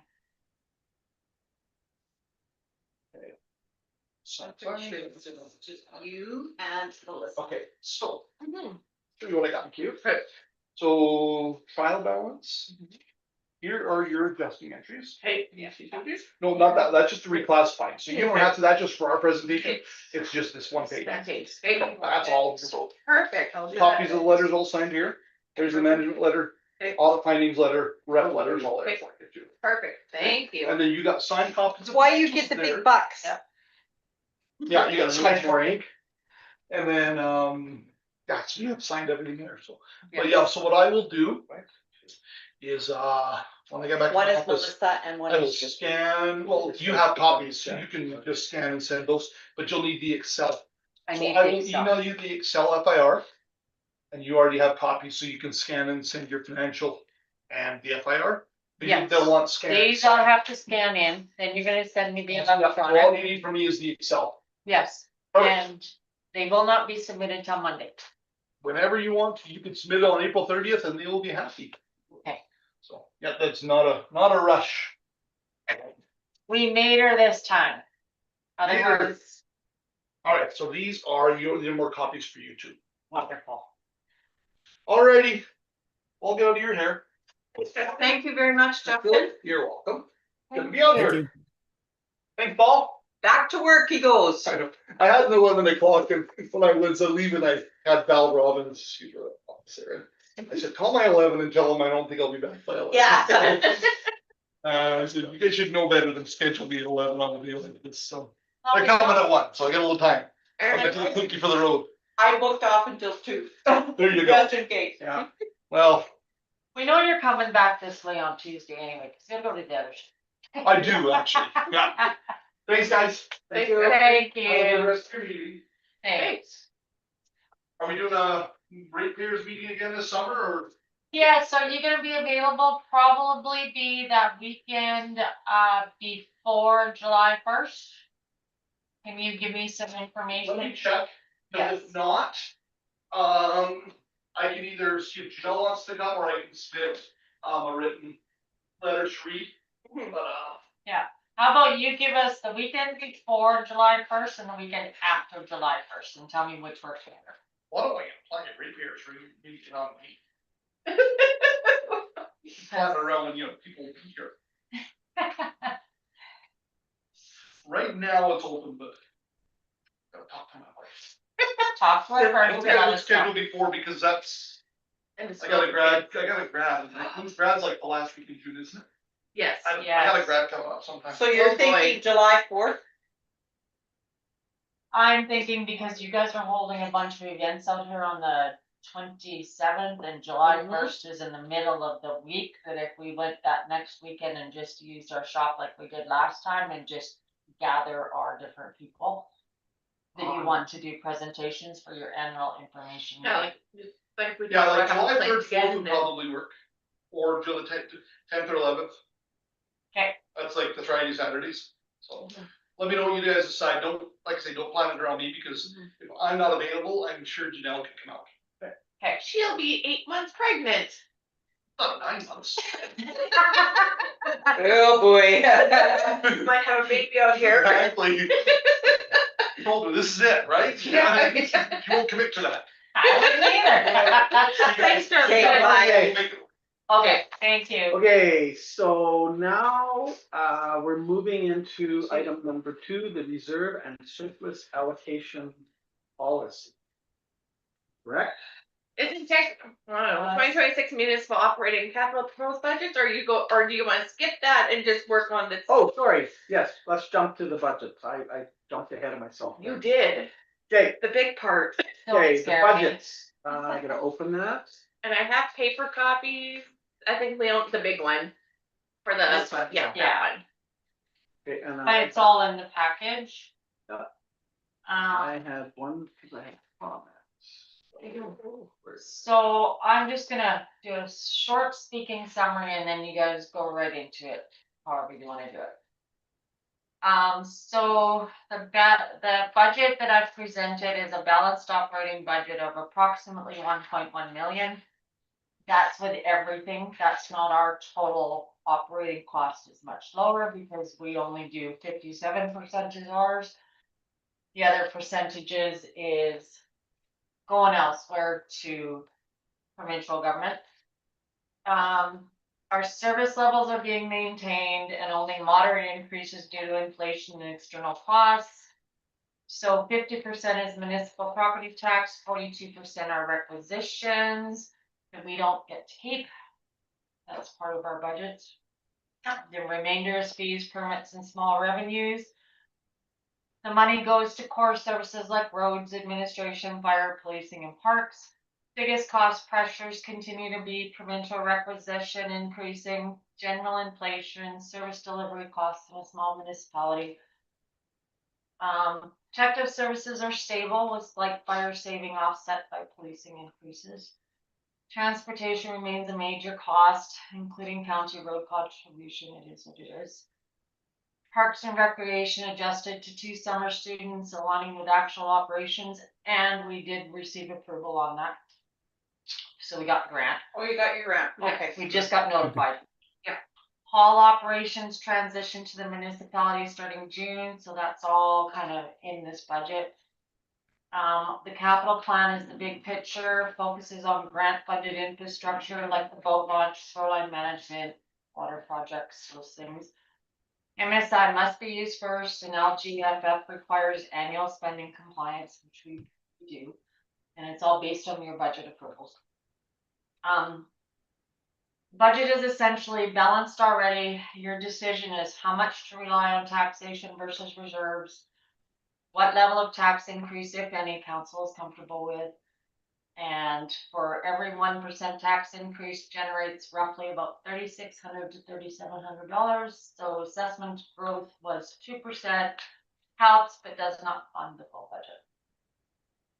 And that's kind of my summary of it. I don't know how in more in depth there are other questions you have. Mhm. It's pretty in-depth package that I've tried to provide to you guys. So we can take this opportunity overall, is there any, Paul, do you have anything to start? Do you want to start with anything? Sure. So I think just when I went through it, I have, a few questions on details as we go through it. I think, some of the major things, though, I think we need to talk about today would be, whether we do the COLA increase for admin on that. But then also, I'd like us to really discuss a little bit following up from what we had discussion just now with Justin. But do we look at using a little bit of our reserves versus rate increases on taxes to cover any growth? And then also just understanding what other levers we have available if we want to trim spending. I'm not sure where we've been in the past on things like overtime, whether there's any significant costs of that within within our salaries and wages, and whether we want to consider looking at our level of services around plowing, grading, mowing, that sort of thing. Thinking fuel costs are up substantially this year so far. Do we want to continue exactly as we've been, or is this some lever we might pull to try to minimize any increase in our mill rate? So I don't know the answer on that, but I'd like to have that discussion as we go through. Leona, any just off the top? So are we considering the grayed out portion, or are we considering the one on the far right hand side? Okay, so when you go by the 2025 actual, so the 2026 budget one beside the grayed out, Yeah. in front of it, that was originally what I had presented to you. Yeah, that's the whole, Okay, so I that's didn't the make whole. any change. Yeah. That does include the COLA, if just the 2 permanent staff, okay? Right. That's based on that staffing budget information. This So is sorry, what are package. you referring to, the grayed out one? The grayed out one is if you did a 2% mill rate. Okay, And that is looking at those grade areas that you guys asked me to remove or add, just because you weren't sure. And we Like the didn't ones have that all go the across. details. I guess the ones that go across. So the ones that go across, Gotcha. yeah, got it. okay. Are Those were all things that you kind of brought to my attention that you felt just that you didn't feel comfortable. So that grade column is with those little minor adjustments after reviewing what you guys had said at the previous. Okay, For example, the student federal grant that we got now would be in I have it as yellow, but it's the gray area. That would be adjusted because we know now. right, where before you said you don't want it in there, Because remove we it. didn't know. But when I put it back in, and now that I do know, of course, it came in like just the day before. Yep. Yeah. Your deficit there would only be, if you stuck with that grayed out column, you would only have a deficit now that we know we got the grant of $2,983.32. Understanding you must have a balanced zero budget. So then that would be what we would have to transfer from reserve. Transfer from reserve or whatever percentage increase you want in your mill rate. Maybe it's a 1% based on what I figured out you can do. 1% just over $3,000, you said. Right? Yes, 2% was that's cost of living increase, right? We know it's a 2% inflation. So that would offset if you did that. Or you can stay with the budget I presented. It's tight. We can do it. It'll fit. We can make it all work. So my question to you is the grayed out column with the 2% mill rate. You're saying 2% to cover off that $7,100 to Right. balance it. But that 7,100 now has been reduced because we do know confirmed we got the grant, so it's now about 20, little over 2,000. Yeah, okay, but you have not included that 2% into the revenues. Not yet. Not yet. Okay, all right. And the second one, the council with the COLA staff 2. So that second one, the deficit would be 27,000. That is doing everything that you guys have brought to my attention you wanted by putting in an extra reserve in the fire and stuff like that. Yeah. Okay, that was your full request. My presentation to you guys is to look at the original that we did, that I presented back in March, or the 2%, how it affects. With those two slides. columns. Yes. That gives you that little bit of buffer that you've requested, understanding that we did get the grant. It's only covering a certain amount of weeks of the students. They reduced it a bit, but it would still leave us with a deficit. Okay, can I jump down to some of those line items? Yeah, and the expenses. Mine are under Parks and Rec expenses. Now, I know we did suggest that through our strategic planning that we were going to invest a little bit more in Parks and Rec specifically, and in culture.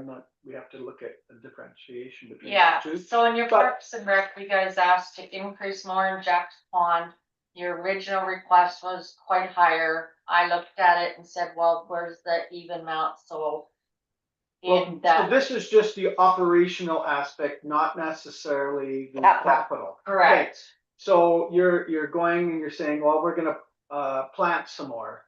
We're going to get some more small tools. That's a kind of an increase from previous years. Beach improvements, trail maintenance, Jack's Pond supplies. Canada Day, those were things you guys kind of specified that you wanted to, and they're all incorporated there, so that if a request came in on that sense for Canada Day, this is what your maximum budget is. Well, and in fact, that's been reduced from previous years to some degree. Yeah. Okay. Because there's no grant because of the event is on the 27th and it's never held on the day, and we've had our knuckles wrapped a little bit. Yeah, because you have to apply it to the day of. And then I found out through Roshan Sands that they didn't even get theirs either because they said, no, it's not on, if you don't hold it on the then day, you don't get it. you don't get it. Oh, really? $1,500 that you have there under Canada Day, is that you anticipating paying the Hall Society for the events, or what is that for? I took half of what we would normally get from the grant because this is kind of, we can offset some expenses, we may not be able to cover. No, my comment is that is what you're anticipating paying the Hall Society for that event. If council approves, your original request was 3,000. I tried to find a balance between the two. No, I'm not talking the amount, I'm talking about what is the expenditure. For Canada Day, whatever they submit in is. what Okay, they thank want. you. So this is paying to the Hall Society for whatever they submit to Correct. you for expenses. Yes, when they put in the request. So then you're anticipating that they're gonna request $1,500 worth of expenses to be reimbursed for. 1,000. I'm going. Oh, right. 1,500. With The the, big free. with the increase, yes. Yeah. I'm anticipating a budget of, it would work. A 1,500 to a max. If they ask for more, I'd have to come back to you guys. Okay, yeah, no, I wanted to clarify, what were the expenses? Were we as council doing something separate for them, or this is No, there? Okay, all right. Just a question on that though. I just saw in the email that came out from the Hall Society that we're planning our Canada Day celebrations on the 27th, whereas Roshan Sands is doing their fireworks on the 4th. Often we've done that on the same day, and it's, fun day of celebration across the whole south side of the lake. Does anybody know if there's been any discussion on whether we should try to coordinate with the Roshan Fireworks Day? The Hall Society sets their date based on their volunteer and, that's why they went with the 27th.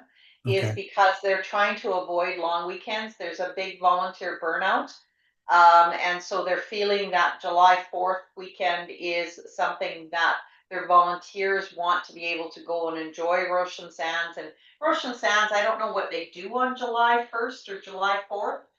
July 1st, they always do a cake. They used to do the flag raising. Yeah, They've one always year done they did it. a pancake breakfast kind of Yeah. thing, but I don't It's know more what of they're an doing event, this year. yes. Yeah. It's the fireworks is something that I don't think correlates to the parade that we do. No, I know it's separate yeah. organizations, but it's often on the same day. I know, just works out. Yeah. They do contribute. They contribute about $1,000 a year to the fireworks, actually, which I didn't realize that we did do. So Yeah. Okay, just an aside, but yeah. Anyway, Okay. I also had flagged the under cultural expenses, multi-purpose wages. So we went down from 97 to 87, and then under the grade area, the proposed area, down to 8,000. Is there a reason that's going down? You can see in our actuals though, so it's the second column in from the left, Okay, that we only spent $4,794.63. So there's still room for the multi-purpose cultural and stuff, like there's Okay. quite a bit, like it's doubled. yeah. So we think we're gonna expend more than the actuals, but Yeah, you less could, than the yeah. potential budgeted from the year before. Correct. so where does hall management, does it come in under Parks and Rec or under cultural? Culture, when it's the hall, it's the culture. Okay. So we will potentially have more work, but we think we can accommodate that with the existing hours. I think so. Yes. Yeah. Okay, okay. just a question while we're under cultural that I had on that. So on two items, security systems and furnishings, we're planning an increase on those. What are those for? The furnishings was a request for replacement tables, and the security system It's is. just the current deal we have, so we could do the thermostat under that. And then part of the thing that you guys already. The shared internet- cost for the internet and And the those video costs that you cameras. guys have approved, so that's Like all you in approved under back in that. December And with the Cinder.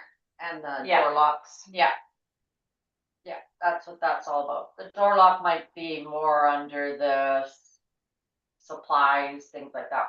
It's Yeah. just that the numbers are there to balance out that Wi-Fi that you've approved, all those updates that we're gonna be doing. But I see Wi-Fi didn't change. That's just the amount. That's the monthly payment, Monthly Yes. payment, yeah. not the installation. That's and right. Correct, charges. Building repair, that's like stuff like the doors and stuff. Yeah, or like last year we did the doors, and the year before that that GL had been created for when the roof leaked.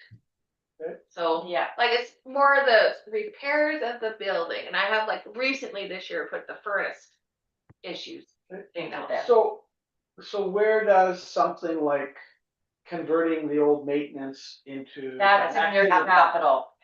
Capital. Okay, but we There's- don't anticipate any operational? Not at this point. Well, not at this point because we don't until I can't progress what could be the operational other than cleaning, just those things that we need to do for what you've handed to us to take a look at operating it. So wasn't, so all the window repairs and all the door repairs were done last year? The windows we just fit. What did we do there? We're fixing all the screens and things Yeah. like that. To replace those, that's more of a different capital component cost, but when if you really want to do that, that's more of a renovation capital. So the air curtain that they were talking about, stuff like that? That's capital. Yeah. That's capital. Okay. Yeah. I'm just trying to Yeah. differentiate between So like, the small stuff like a door, but. you know, so let's say you did move say we did convert all that. Everything went fine, price wise wasn't so bad. You converted that. So then for later, like if Alan or summer work students have to go in and clean it a bit, or like that's where That like, would be the where the That would be operator more will under come the in. operation. yeah. Under the Okay. contracted first. Same like if a door needs to I be just wanna painted. make sure that there's adequate, operational money for something like that, because that looks like something that Yeah. we would do. Yeah. And anything, that is I don't wanna hear there's no budget for that, because I wanna make sure there is budget for that. And that's why that's moved more under to the capital, and that's your capital discussion, and you will see that it actually is Okay. listed that would be a reserve. We'll try for a grant, but we've already used the grant.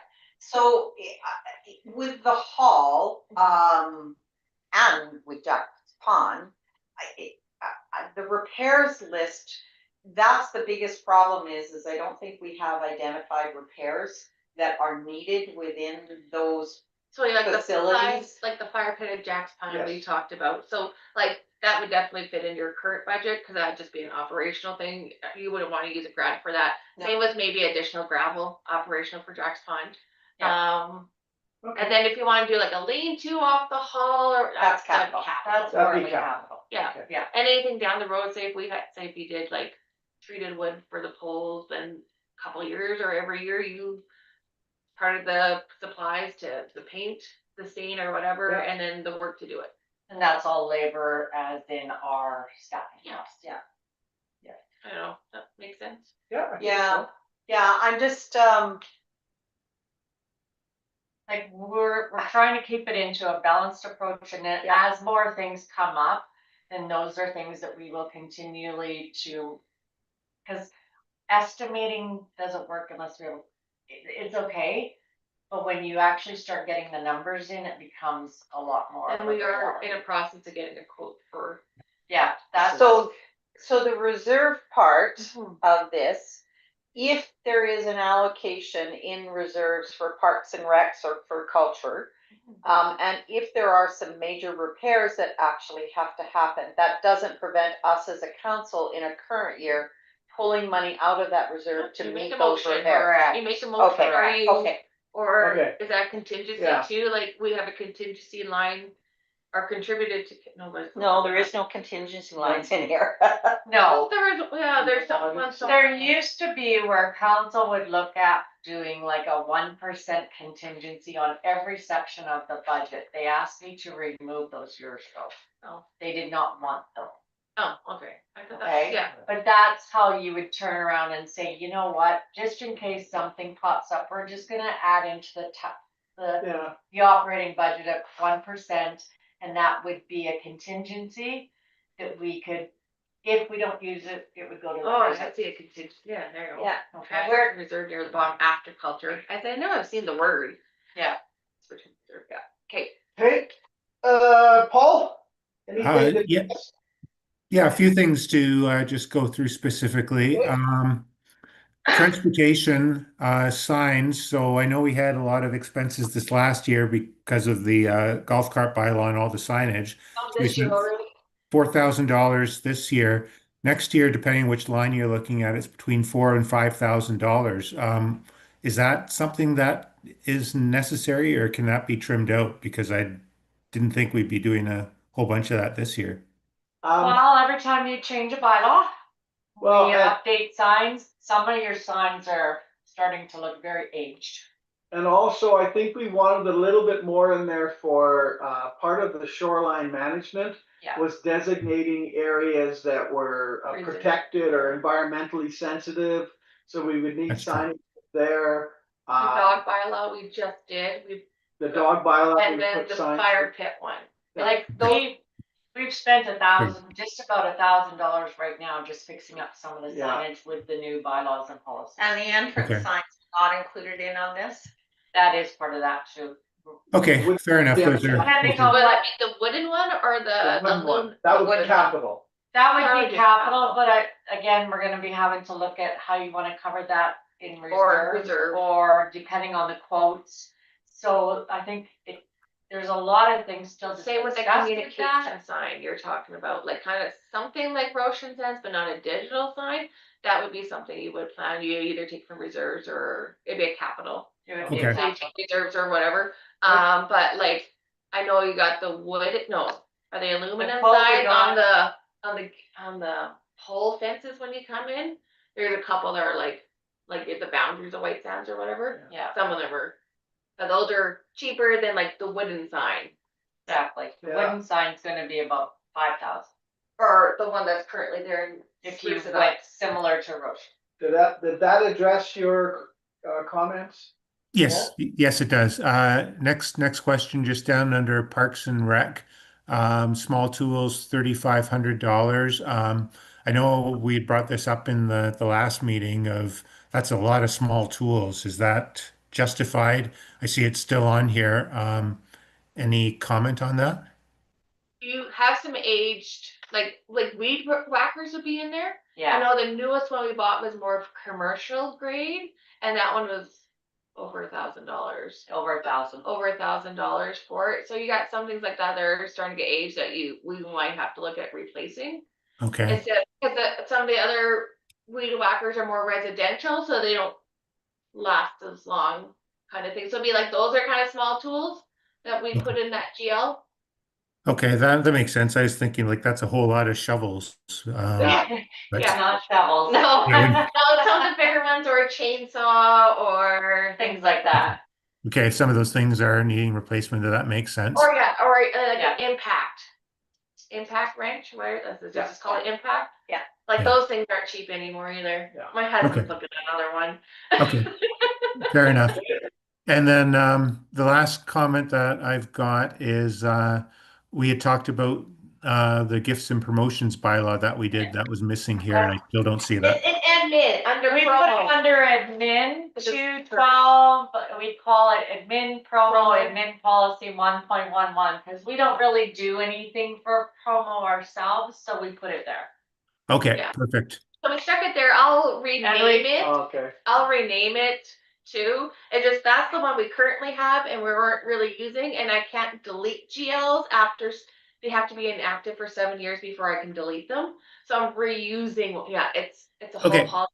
Yeah, Perfect. so we're reusing that one. No, we know where it's at, so Yeah. we're Yeah. good with it. And we Okay, put perfect. 1,000, I don't know if that's really what you want, or you wanna change that, that's all up to Cause you do got a request from ASBA just recently. It'll be in your next package, just came out just. when Yeah, we the sent out conference is other one, coming up. If you wanna do a donation, so that would be something that would come out of that one, if Okay. you wanted to. Okay, great. That's the questions I had on this document. And then also, cause you guys had asked us to put in an allocation for firefighting bylaw. So 2.23 under municipal protective expenses, we added in 2,000, where on the previous column, it's not grayed out. I didn't have anything in there because based on your fire policy. Your fire bylaw, Here, bylaw, not policy. yeah, fire bylaw states that if it's, On MR, we pick up some of the costs.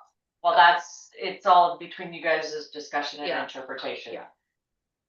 So we put 2,000. So we put 2,000 in that gray column, as you guys had talked about. Yeah. So There was a couple other things that I was curious about. We had talked about, I know we don't want a 1% contingency out of everything, but we had talked about having a contingency in here, a small contingency in here that isn't earmarked for anything specifically, but if something comes up, we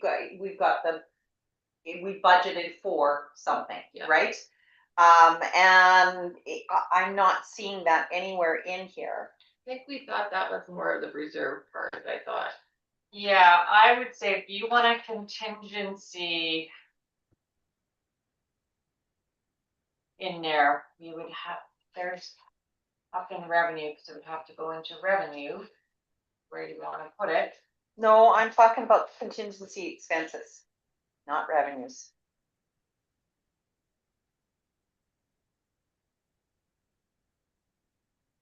So you'd have to, where do you want just a general contingency, or do you want to just look at that as part of what are you wanting to do with your tax rate or what? So throughout the last few months, quite often, if there's been a $200 or $300 expense, it's been, no, that's not in the budget, we can't do it. And I'm going, okay, but there's gonna be stuff that arises that is minor in nature, and I don't want to be able to have to always constantly be saying, no, we can't do that until next year. So if operationally we put in a smaller contingency in here, then those unexpected expenses could, okay, maybe for example, changing the lock on the hall. We couldn't do it this year because there was no budget for it, right? So but if we had a contingency of a couple $1,000s, it could be, okay, yeah, we can put it in under this and then go from there. Rather than constantly having to do that municipal bylaw to transfer from reserves in order to be able to cover that. That was my one. Okay, so I think what I'm hearing, Okay, and I'm asking clarity. So we knew this was coming. We have tried to work it into the cultural expenses part of the budget to handle that. If requests come in after you pass your budget, that's where, if we didn't have a heads up about something, that's where you end up saying, okay, we're going into the budget, we're trying to figure out, is there room?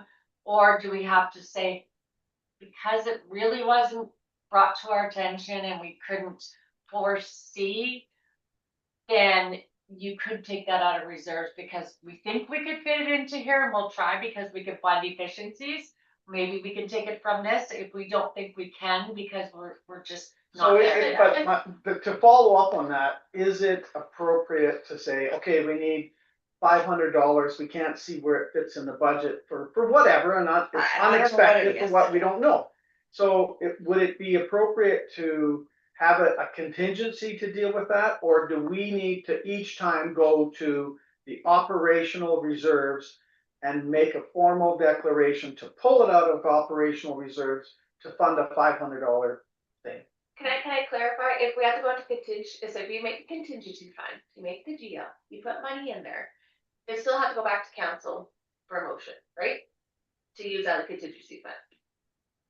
Yes. Yes, so you've got a contingency expense, and if you add money into that little area there at the bottom, which is right underneath cultural expense. Yep. There's a contingency expense, so if you put a number in there, let's say you put the $4,000 From the student loan. from the student loan in there, Yep. that is still gonna leave you with your operating deficit that you need to cover of $7,183. So Okay. if you put, so if you. So you can example, put the 4,000 in there as the contingency.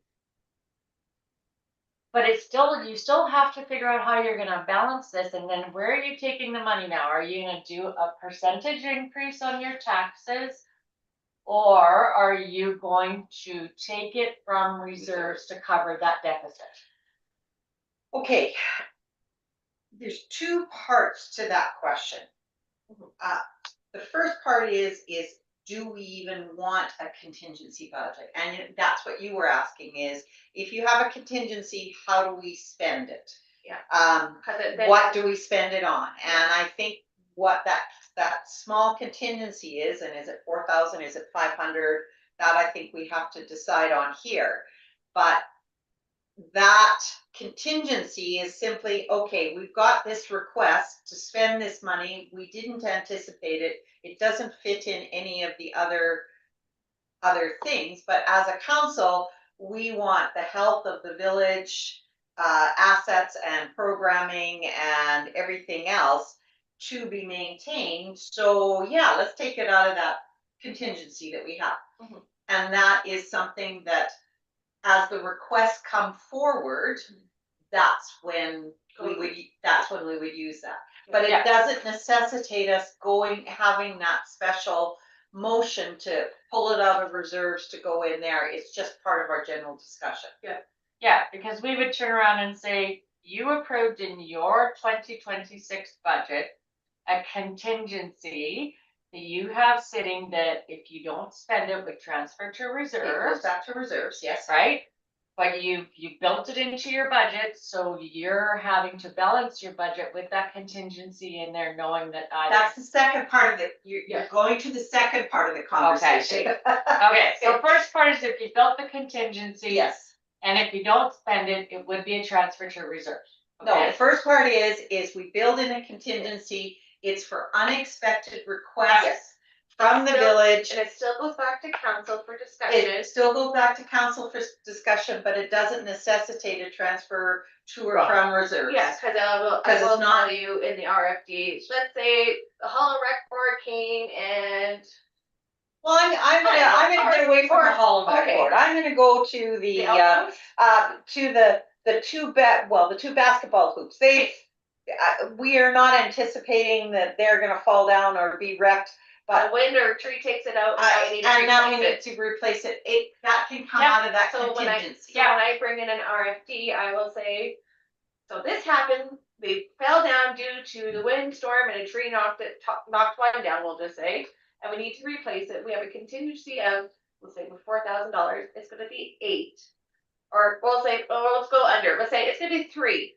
So I'm gonna bring it to you and say, okay, this is what it costs. It's not a budget thing that we approve, but we do have the contingency of it, so we could cover it with $1,000 left-ish, right? Yeah. out of And, that but you still have to contingency. make a motion, say, yeah, we'll spend it from contingency. Yeah, the yeah. contingency reserve. Is So- that, Well- is that what I'm getting? I In, think we've in, got. in my mind on that, like, you know, whether if it's a council decision, whether to draw it from a contingency account or whether reserve. to draw it from a reserves, then if they really can be Fine. considered together as a contingency and a reserve amount. And I know one of our discussions is going to be, you know, are we going to try to build up our reserves or draw down our reserves? Are we perfectly happy where it is? So, you know, I'm a little bit hesitant to just put a contingency line in a budget because then it's just easy money to use. You know, I think if we want to, you know, if we want to keep our reserves exactly where we're at, then we're probably okay. If we want to build our reserves, then we should maybe put a contribution to reserves line in the budget here. Or if we, you know, are feeling ultimately we want to draw it down, then we can be a little bit more aggressive and knowing that we'll draw on reserves where we need to for the unexpected expenses that we don't foresee. But to have both a reserves and a contingency to me is a little bit of unnecessary to do both. Okay. That was kind of my thought, cause it's like, if you have to go back to council, just like even just order wise for contingency, but you could just do that for the reserve too. That's just my thought, but. So I guess what was clear, what Paul has stated, when you're building this budget, if you put a number in that contingency, that's part of what you're talking about to balance your budget and it becomes either a tax rate or how are you gonna fund it? Yeah, no, I totally understand all that. The second thing is in our strategic plan, one of the major components in here was government advocacy. Yeah. And in this, like just yesterday, or just today, just yesterday, there was a Central Alberta leadership or municipal leadership convention that I didn't know anything about it. I don't know if you knew anything about it. But we're missing opportunities like that because if, for example, we want to advocate that the road 40-4 Access. is going to become a provincial road, we need to be able to access some of those municipal representatives. And where does that come in this budget? So that we could send Dan to something like that. So that would come. That into comes in your- under your council legislative training. expensive.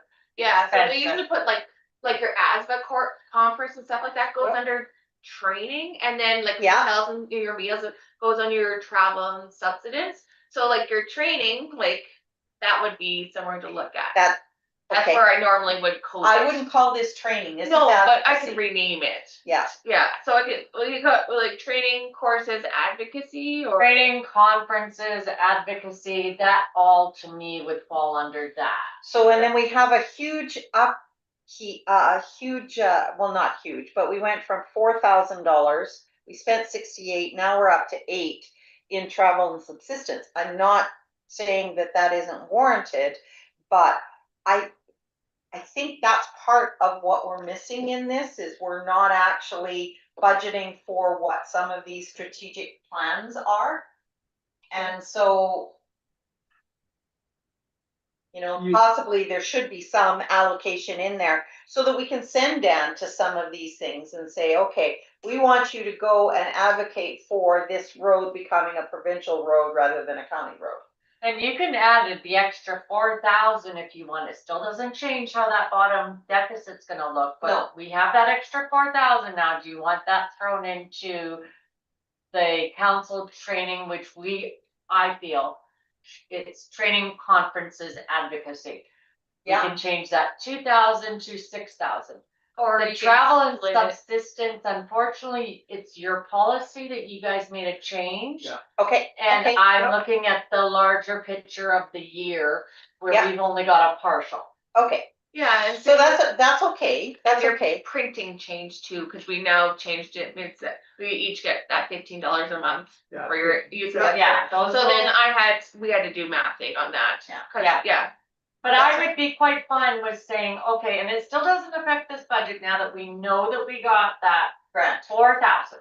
Yeah. Okay, let's keep it at 4,000, so I don't. Yeah. That's And what we're getting. say, okay, the budget, we would like to change council training from 2,000 to 6,000.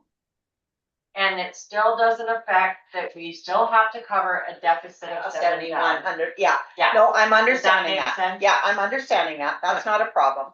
Okay. And then my other comment is fuel costs in transportation. Fuel costs are going exponential and we've gone down instead of up.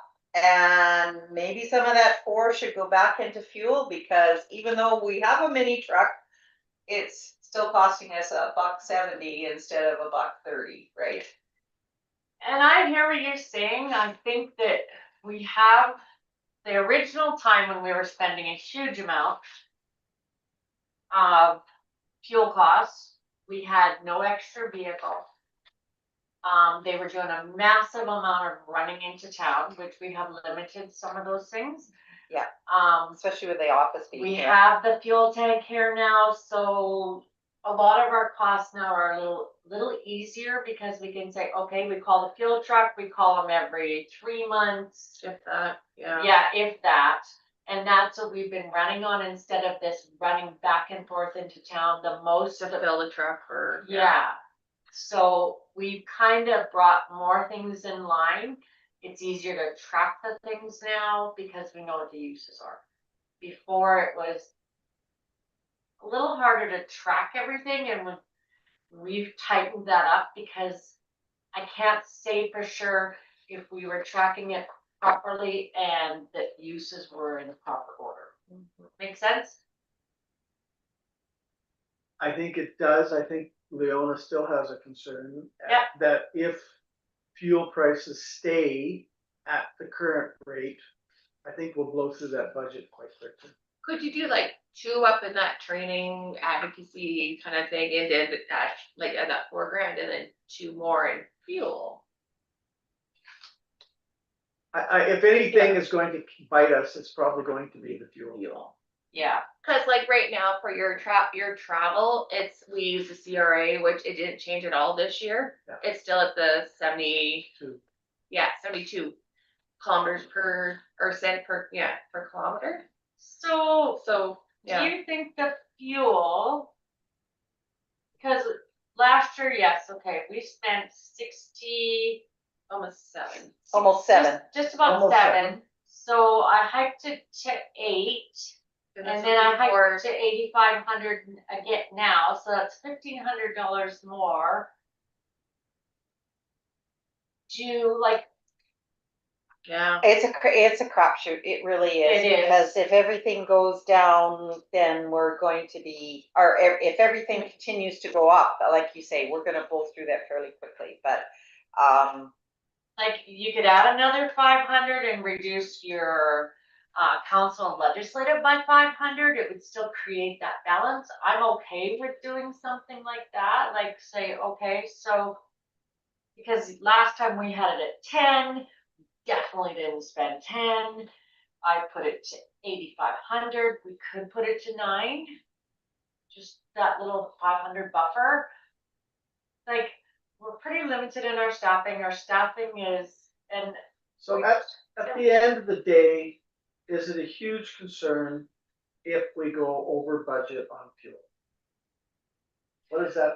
You know, okay, all of a if sudden we're we under spend- budget somewhere else. If we're That's under budget right. somewhere else, does it really matter? no, Like, I think we're that's where you're juggling $500 from from here and into there, Yes. and If you if look you at, go over on this one, but you know, the budget is kind of like, here's where we want to be Yes. overall. and you can and we- see that in last year's Yeah, budget. we here, weren't right? exact on We were, everything. we were over in places, we were under in other places. But At our the end of the day, after our say, budget 23, balance. And I think what Leona's pointing out, as should be, is, are we aware that we could, you know, we could blow through this? Yeah. Just a heads up, and if you agree and say, oh, okay, maybe we do need to put a little bit more in there. Or if it's like, yeah, we think we've got, and we have, there's an increase, an obvious increase. So have we captured most of it? Okay, probably. I think we've captured everything here. Is there a buffer maybe here and there as we move forward? Also changes to your fees for service bylaw, whatever you guys decide. Those add revenue that helps to us to be able to offset and balance. Yeah. And if we could have to find savings somewhere that partway through the year, because we're looking at the budget saying we're getting close, we better figure out what we're doing. Then we might need to trim. And that's Well, where then we might need to operationally- trim or have the conversation about moving stuff from From reserves. reserves, yes. Yeah. Which, And we can bring that to your attention if we Yeah. feel things have gotten way out of our control Yeah. because. so Paul's comment about pulling it from reserves, if that's what we do, absolutely, I'm okay with that. But it just seems that and I'm only basing my comments on the last few months, it seems that reserve conversation of pulling money out of reserves is really difficult to have around this table. Yeah. And so that's why I'm going, well, if it's that difficult, then why don't we have something So else? you're suggesting that it might have been easier to pull it out of a contingency fund than to formally go through, and $250. That was a number that was out there before. It's not in the budget, $250. So now do we have to go to the contingency fund to pull out the $250, or do we need to go to the reserves and do that formal process? And they're the same. Regardless, what Paul has also stated, Either way, you're doing the same thing. Yeah. It is the same thing. Yeah. That was where my I guess comment the was going. the only thing is if we did a contingency, then it's in the budget and you have to cover that And cost. you're covering Well, that your cost. reserve, if you don't have a line for contingency, you're put $4,000 in there. Yeah. If it's just your reserves, well, you already have your reserves. Yeah. I think having the discussion we're going to have, I I'm not agree sure if with you. it's I'm not sure if it's today or Monday, but we're going to have the discussion on the reserves policy and to really get a sense on, where do we want the reserves middle line to be? Are we above it or below it? And, I think that'll make it a lot easier. If we know that, And, we're healthy and in our so, reserves, then we can say, yeah, let's put 250 out. and so my question is, now I'm gonna go to process. In my mind, before we actually do a motion and pass this, we need to have that capital reserve conversation so that we know how these two mesh together So and then pass it all. scroll down into your agenda package. Okay, Pass Okay. that first write-up and then to the spreadsheet that Melissa has made. okay, so long and short of it, before, I would like to suggest that $4,000 savings get put into whatever category that we want. I'm thinking council promotion and possibly, your fuel or whatever. Promotion or advocacy? Advocacy Okay. is what I'm looking at. Okay. When you talked about the mileage rates for CRA, that's not what I'm talking about. Yeah. What I'm talking about is, okay, it's gonna cost us $300 to send Dan to this Yeah, event. That's it, Yeah. so that he can advocate on behalf. 300, 600, $1,000, Whatever whatever it it is, is, yeah. yeah. And the entry fee, if it's like AOMA or something like that, if that's the place to meet. Yeah. That's Yeah, that's yeah. the car. Yeah, And every time it all goes through a regular council meeting, like if Dan comes up and says, there's this advocacy thing and I would like to attend this conference for that, you will all make a motion on it and it just comes out of that budget. yeah, Okay. yeah. Yes. It's like for this So- May meeting, you'll have one for asthma. Are all of you going or are the part of you going? And whatever, right? Yeah, but for right now, I think that $4,000 should stay in there. Yeah. Into that 2% mill rate column that we've got, and it just needs to be reallocated. I agree. So basically, we're still sitting at, this will be our deficit that we're trying to figure out what we're covering. The $7,100. Yes. Okay. So the bottom line numbers will still be the same. Yeah. What's capital? So when you go into your capital overview, Paul, do you have any other questions on that Operating. operating? No. Okay, Okay, we're good. Okay, so. moving into capital. So I'm gonna give you the quick overview on that. So I've attached it in the package. So what I've done is it focuses on the advancing priority infrastructure projects while aligning your expenditures with available grant funding. So underneath the grant funding overview, you can see we have confirmed grant balances available entering 2026. So right now we have MSI carry forward of 140,892. That's our remaining. This program's discontinued. We must use this. Our carry forward of unused CCBF is 91,322, and we must use some of this because we're at our 5-year again. But we have, Yeah, we just got. we'll walk through what it's allocated to. The LGFF available balance prior to the new allocations was 88,925. LGFF pre-2026 committed funds is 63,000 that we've already been using. Just Okay. have not paid yet. We just haven't got that money from the government yet. So the following projects that we completed in 2025 was the municipal office final completion. So that last little bit that Justin talked about was 56,000. That came from MSI. The mini truck came from LGFF. So again, it's out of that grant fund. We just haven't got it yet. Dust control was out of the MSI. That's fully covered. All reported. We've got it. Truck sander was from LGFF. 10,612, and then the shoreline management plan, which we are still ongoing. The total I think is 40,000, and we have right now up to this date, we've already submitted in 18,830. Okay. And then that's from your next council package. You will have your new draft overview. They're delegating. So prior MSI funding on completed projects, so that was the office, the Front Street widening, and the Kubota commercial mowers. So that's what's come out of the old MSI. So we've been getting there, we're almost done. We can go into just what we get. The MSI program ended in 2023, so it's replaced with the LGFF, which is the local government fiscal financial. The municipality has used up the prior MSA funding for completing projects, so our remaining amount that I've told you we have.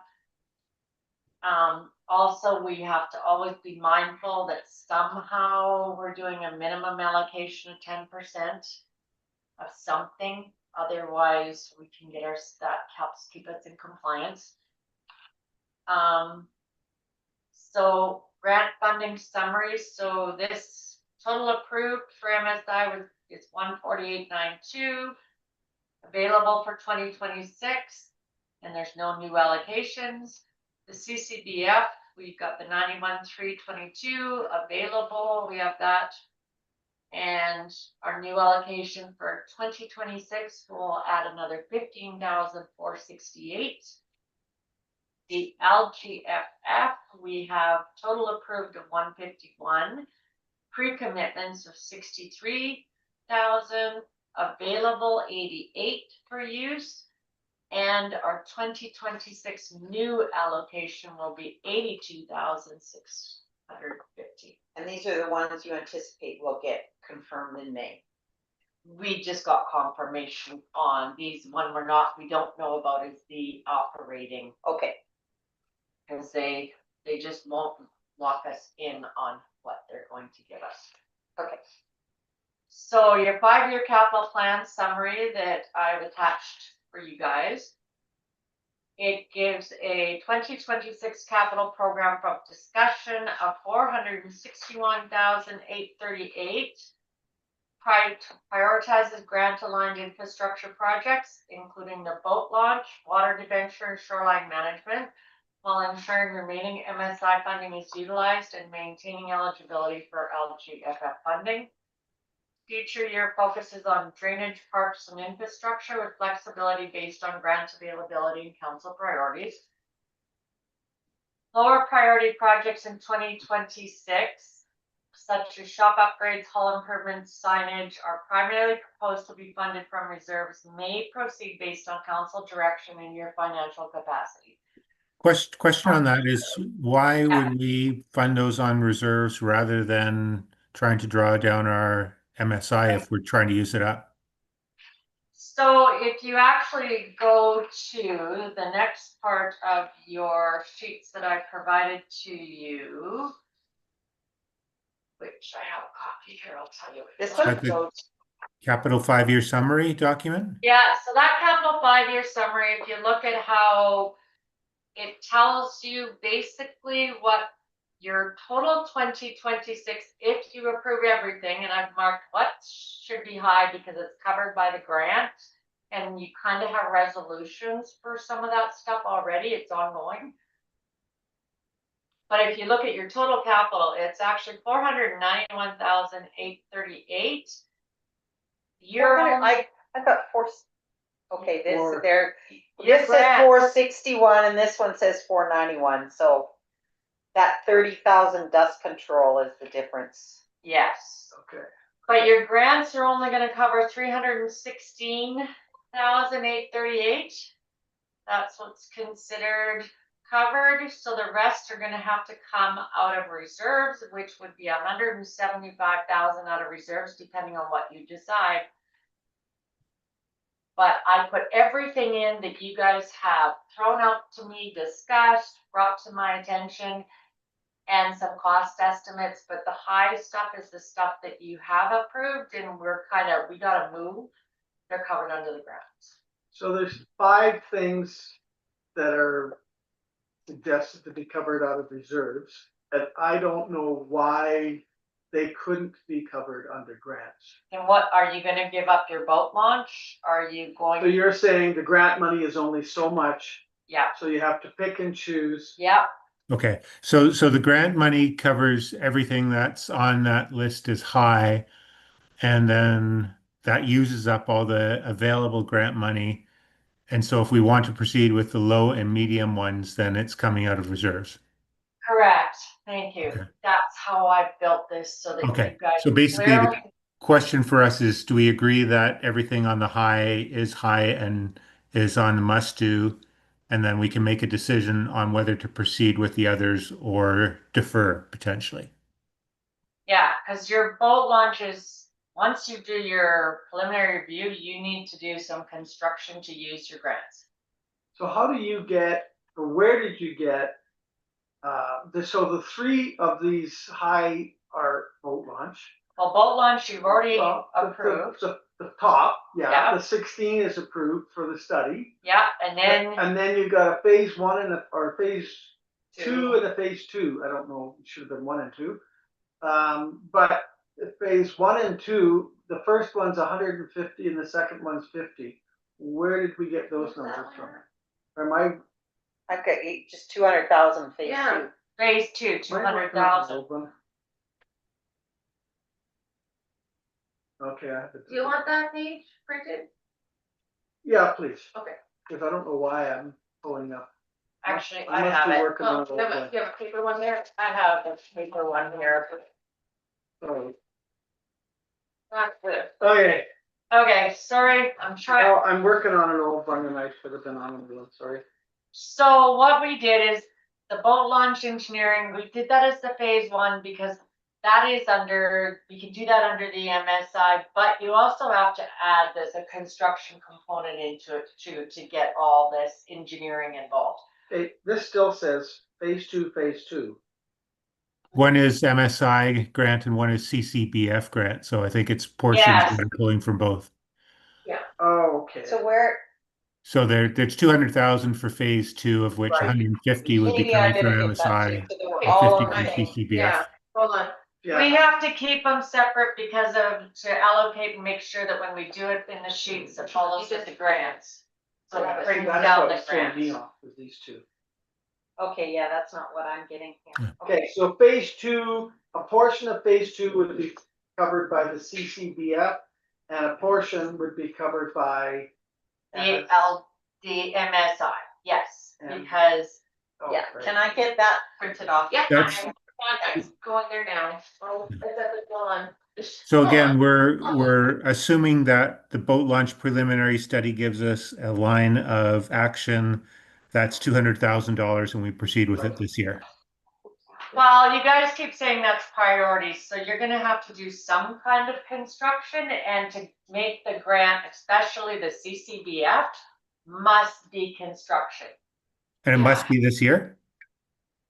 Yeah, you have some, Well, you have some flexibility, but we're at our limit with the oh, I hate these grants. which one are you trying to say? The CCBF one, we are at our 5-year, we have to do some kind of construction. Okay. Or we Would are, my question is would the shop and the redesign of the hall go under that construction? I'm just thinking because that boat launch, you've got environmental, you've got all kinds of stuff that you're gonna have to go through. The likelihood of something actually happening this year might be a little bit lower than the hall That's fair, and the shop areas. So do the hall and the shop areas meet the requirements for using that funding that were? My only concern with that is that we want to do any boat. That one, right? Or boat launch construction if it involves concrete or infrastructure, which it It will. then we want to do that in a This low is water still year. different. and that's gonna be this year. So low water It could be year- though, it could be a thing where do we do it in the summer or do we do it in frozen conditions, similar to the way Roshan Sands did their work, which may push it out to 2027 in that case. And that's okay, just so you're aware, it's just that we have to, this is saying, we're gonna keep moving on this and we're gonna start getting it Yeah. organized. It could end up being done this fall, construction. Like, it's not like we don't have time to get our applications all in. It's just that the engineering is gonna be done fairly quick here. You're gonna have a proposal, and then it's just that CCBF, it's construction only, and they're pretty limited Yeah, because they But, want, but this would be construction Yeah. as well. So Leona's suggestion, I believe, if I'm paraphrasing, is that those are big projects, they are important, but the likelihood of the full expenditure of the 200,000 is going to extend into next year. And we don't Right. even know, and that 200,000 is just basically now a number thrown in, pulled out of the air. Right. Correct. We don't know, but we have to put something in it because that's a priority. We've identified that. right, and when I put the applications into the grants, it locks that money until it's done. Just so you're aware. So what are you saying? That money is locked? Once we put in the application and get the project approved, that's the allocation that they're gonna take from our funds. Yes. But we'll wait for the preliminary engineering study before Yeah. we look in that number, right? Correct. Right. Hopefully they'll have something, Okay, and it could again, be higher. we're talking about two different things in my mind. The concern is the CCBF, we have to use this year no matter what. Yep. So boat launch, we don't know that we're actually going to do any construction this year. We may approve it, we may make application for it, but we don't know that we're going to do any construction on that boat launch this year. We haven't seen the engineering report, we don't know what our options are, but we do know that in our priorities, in our strategic plan priorities, the old shop conversion and the new shop completion and gravel storage, those are things that are within our number 2 strategic plan, and we know that we could actually do those this year. So would those not, the CCBF, be better applied to those two things than the boat launch? We can leave the boat launch in the reserves, we can have a separate amount for it, whatever, because it's 200,000 and 200,000. Like, to me, it just makes more sense to use that CCBF against these shop things than Well, using it on to- the boat launch. I Can think I add think- something for Paul to consider also? When you're talking the 10% of the CCBF, so the community event sign, if we do a full installation of that, that's roughly 6,000. That would cover our 10%. It would bring us back into compliance for another year, just so you're aware. So that's our expenditure of our money. If we did that to the CCBF, So it doesn't care whether it's 1090 it just needs to be 1090 overall. as long as we spend 10%, it On- brings us back into compliance On those projects. Which is on 90, something that brings us into compliance. which is $9,300. 10% is $9,300. I think I figured that out at some point. For the CCBF, the CCBF is only like 13,000. Oh no, that's the LGFF. No, sorry. I'm talking the CCBF. So I So we think- can take that as a priority, the coming event signage, which is, I have a quote for that. I know it's somewhere around the But 6,000. it's not on here. Yes, it is. Yeah, it Oh, is where is it? right here. Community event sign. Okay. Which still leaves you room to have Yeah, that, I'm working on. those allocations for that boat launch. I guess you guys have to decide, because whatever you do, if you don't start moving this boat launch forward, what are you gonna be dealing with? Well, we don't have the engineering report, so we can't, But it's coming. it's coming.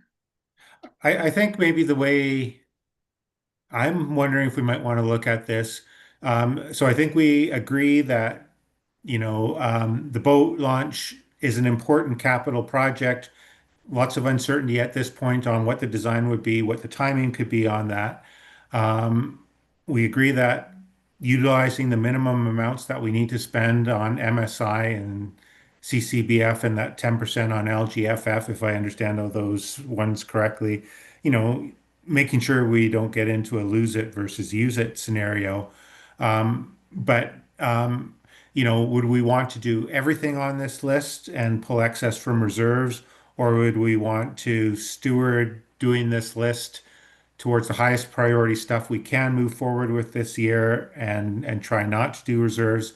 So would we do like an either or of boat launch or shop, or would we really want to push forward and get everything done, pulling from reserves need be, if some of these things, you know, if the boat launch gets pushed forward to 2027, for example.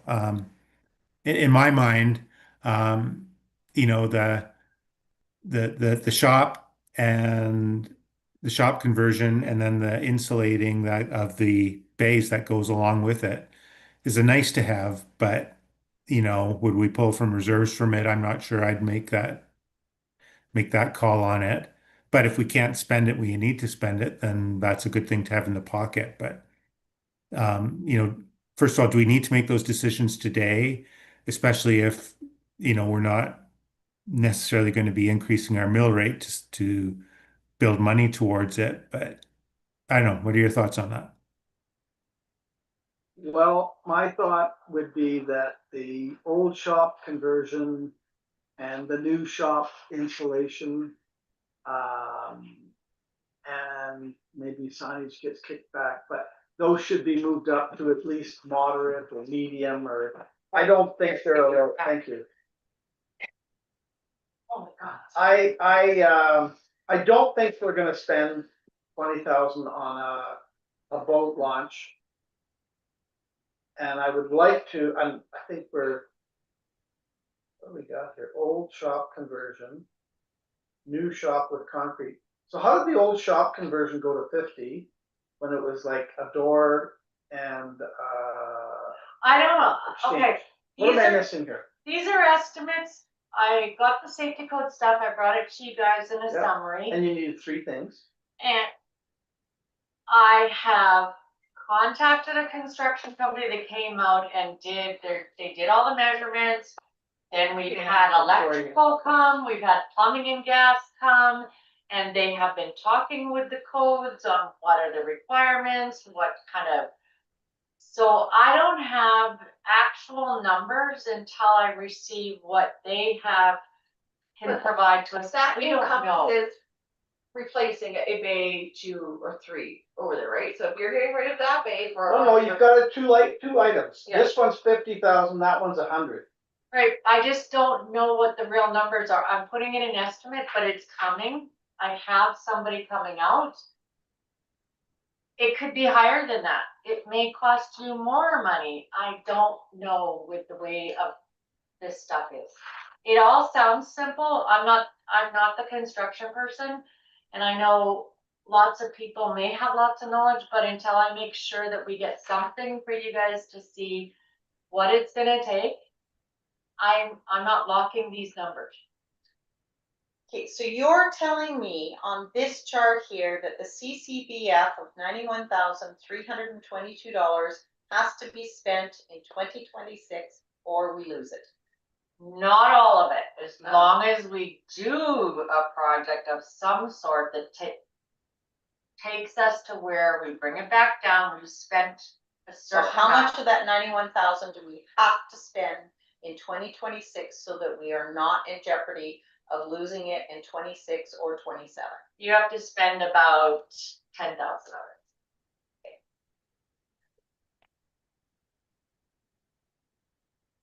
Which very well with the cost of everything, the signage quote I got was 2 years ago. It could be a little bit higher with the cost of wood and all that other stuff that's going on with our inflation. That was just back then. That's what I had calculated. That's what I'm saying. But and then we must spend all of our MSI this year? The 140,000? Yeah, we should get it done. because we can't get our LGFF funds, so right now, we're that money is coming out of your reserves as we go. So we're at- Release. We're at 150,000 that we have to expend Yep. out of our capital budget. A little bit more on that because we have to spend at least a portion of the LGFF as well. So maybe 160, 170,000, something like that. Okay. Okay. On capital projects. Yeah. And 10% of our own. That's why you bumped it to the 107. Oh. Yeah. Capital grants and spend or capital. And Okay. with that boat launch engineering review, either way, you're gonna have to do some kind of repair on that boat launch. Yeah. So we got high priority things, potentially a boat launch, maybe seeing where the drainage study goes. Medium priority stuff being potentially the shop conversions, Yeah. the signage, and Your water debentures for sure, yeah, that is already approved under the MSI, just so you know. okay. And the shoreline you're still working on that, but that's all been under the LGFF. So the 30,000 for the shoreline, what is that for? That 21,000 is what's left of the amount. Left on the study. Yes, we have spent 18 odd thousand of it, and we still have 21,000 to finish it. And that, And the water debenture, which we know is coming, that's 13. Where we applied for 13, yeah. Yeah, and that can come out of that MSI. yeah. And then if you did the dust control this year, that is your guys' call. You have a policy, it's your decision. We just got a quote in to do more dust control, and that would include that main. But that's LGFF, so that, I wanna get the The dust MSI, control is not LGFF, the Oh, dust. that's what you've got down here. That's what you chose for like for this year. Yeah. Oh, yeah, I right. like that. Or we could try and push it under the MSI to. Oh, and that's a help get rid of medium that. as well. Yeah, but anyway, to do exactly what we did last year, adding on the full township road 40-4 to just prior to the boat In our launch municipalities, yeah. is gonna cost just for the product alone $30,000. For dust control. We got the quote, that doesn't include the grading, all that kind of stuff. Sorry, that's just for the main road, that's it. So the main roads are your priority ones and township road 40-4 within our municipality. Yeah. So So that Buffalo, Buffalo, Jennifer, and 40-4. But we don't need to repeat the roads we did last year this year, do we? We'd be choosing different roads, wouldn't we? That is up to you guys because it depends. Didn't we say that in the last meeting that it's not something that we'd anticipate doing on each road each year? That it's not necessary? Those are the 3 that we did last year. But we talked about it having a 3-year life on it. Last year. 2. Last year you only did the 2. You did Buffalo Yeah, And Jennifer. and Jennifer. and we didn't do 40-4, anything? No, Okay. because 40-4, as Justin had told you It was back in plenty on there. 2022, I mean. Yeah. There had been so much product on that road that it was like a slurry when Right. it rained. And So- now it's not. So, but Paul's point is that we Yeah, did it they're last changed. year, why are we looking You at? didn't them? do 40-4. Sorry, we Yeah, but you did Jennifer and You did did Jennifer Jennifer and and Buffalo. Buffalo, and we probably don't need to do 40-4 again. So why are we got 30,000 for those? I just wanted to make sure you guys had it, because last year we spent 16 and we got it approved and it went through the grants. Okay, Yeah. 16 did just those 2 roads. But if you add on 40-4, because we did receive some people who wanted dust control and. Yep. It would cost you 30,000 just for product alone. on 40-4, Putting 40-4 As with well as the Buffalo other and 2. Jennifer.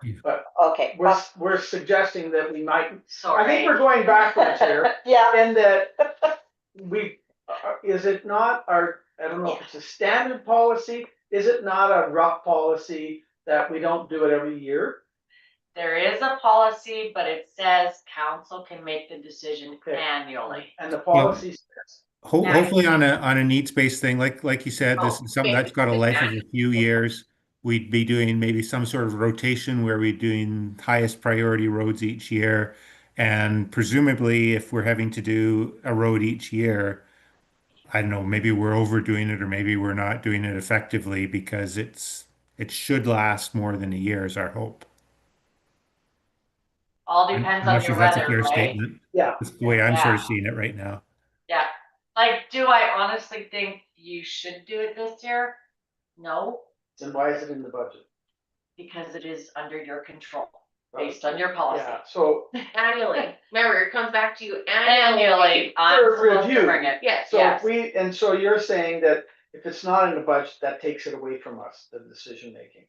Because if it's not in the budget, doesn't matter what we say. Yeah, you can Not in cut the it up budget. this year if you like completely, that 30 grand on that line and move it to somewhere else. Which Maybe- now brings your total 5-year Or- 2026 down to 4,031. Yeah, 431. Or you take that $30,000 quote we just got, cause it's use the same amount of kilometers essentially, and you could Do other use it roads. to yeah. other roads. You have an idea.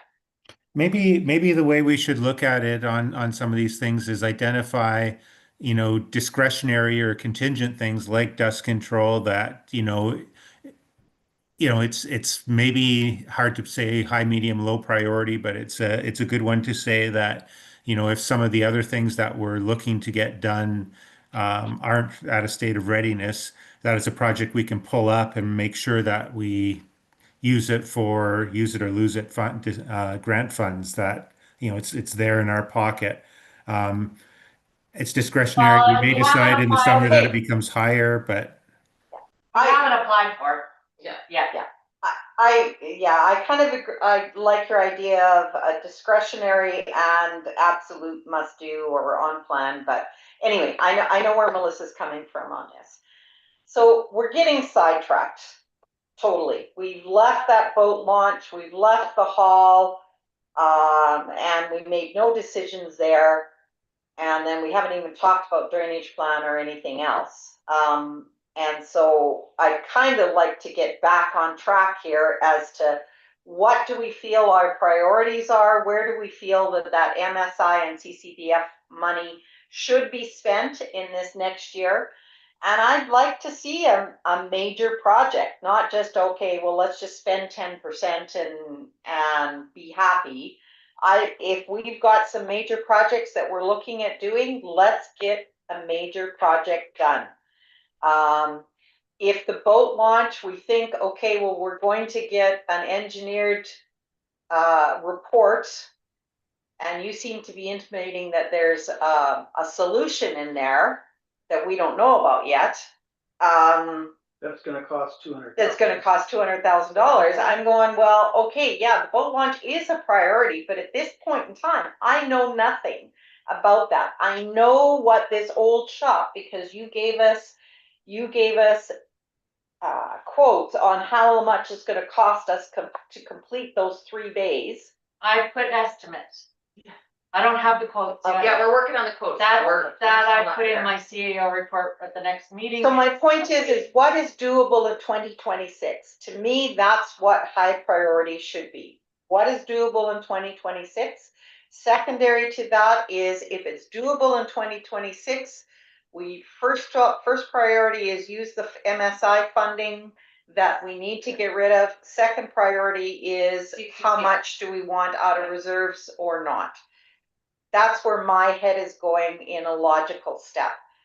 Drainage projects, yeah, we haven't even talked about those, but we also haven't even come to an agreement on what we want to do for drainage projects. Nor do I see the pump in here, which was fairly expensive, but like these drainage plan things, unless I'm wrong, are all from that report that we got, right? And then you gotta remember, because we legislatively, we have to do a 5-year. Are you gonna change these 5 years as you continue moving forward each year? Yes. Things either move forward, get dropped off. It's just this year, what am I putting under grants?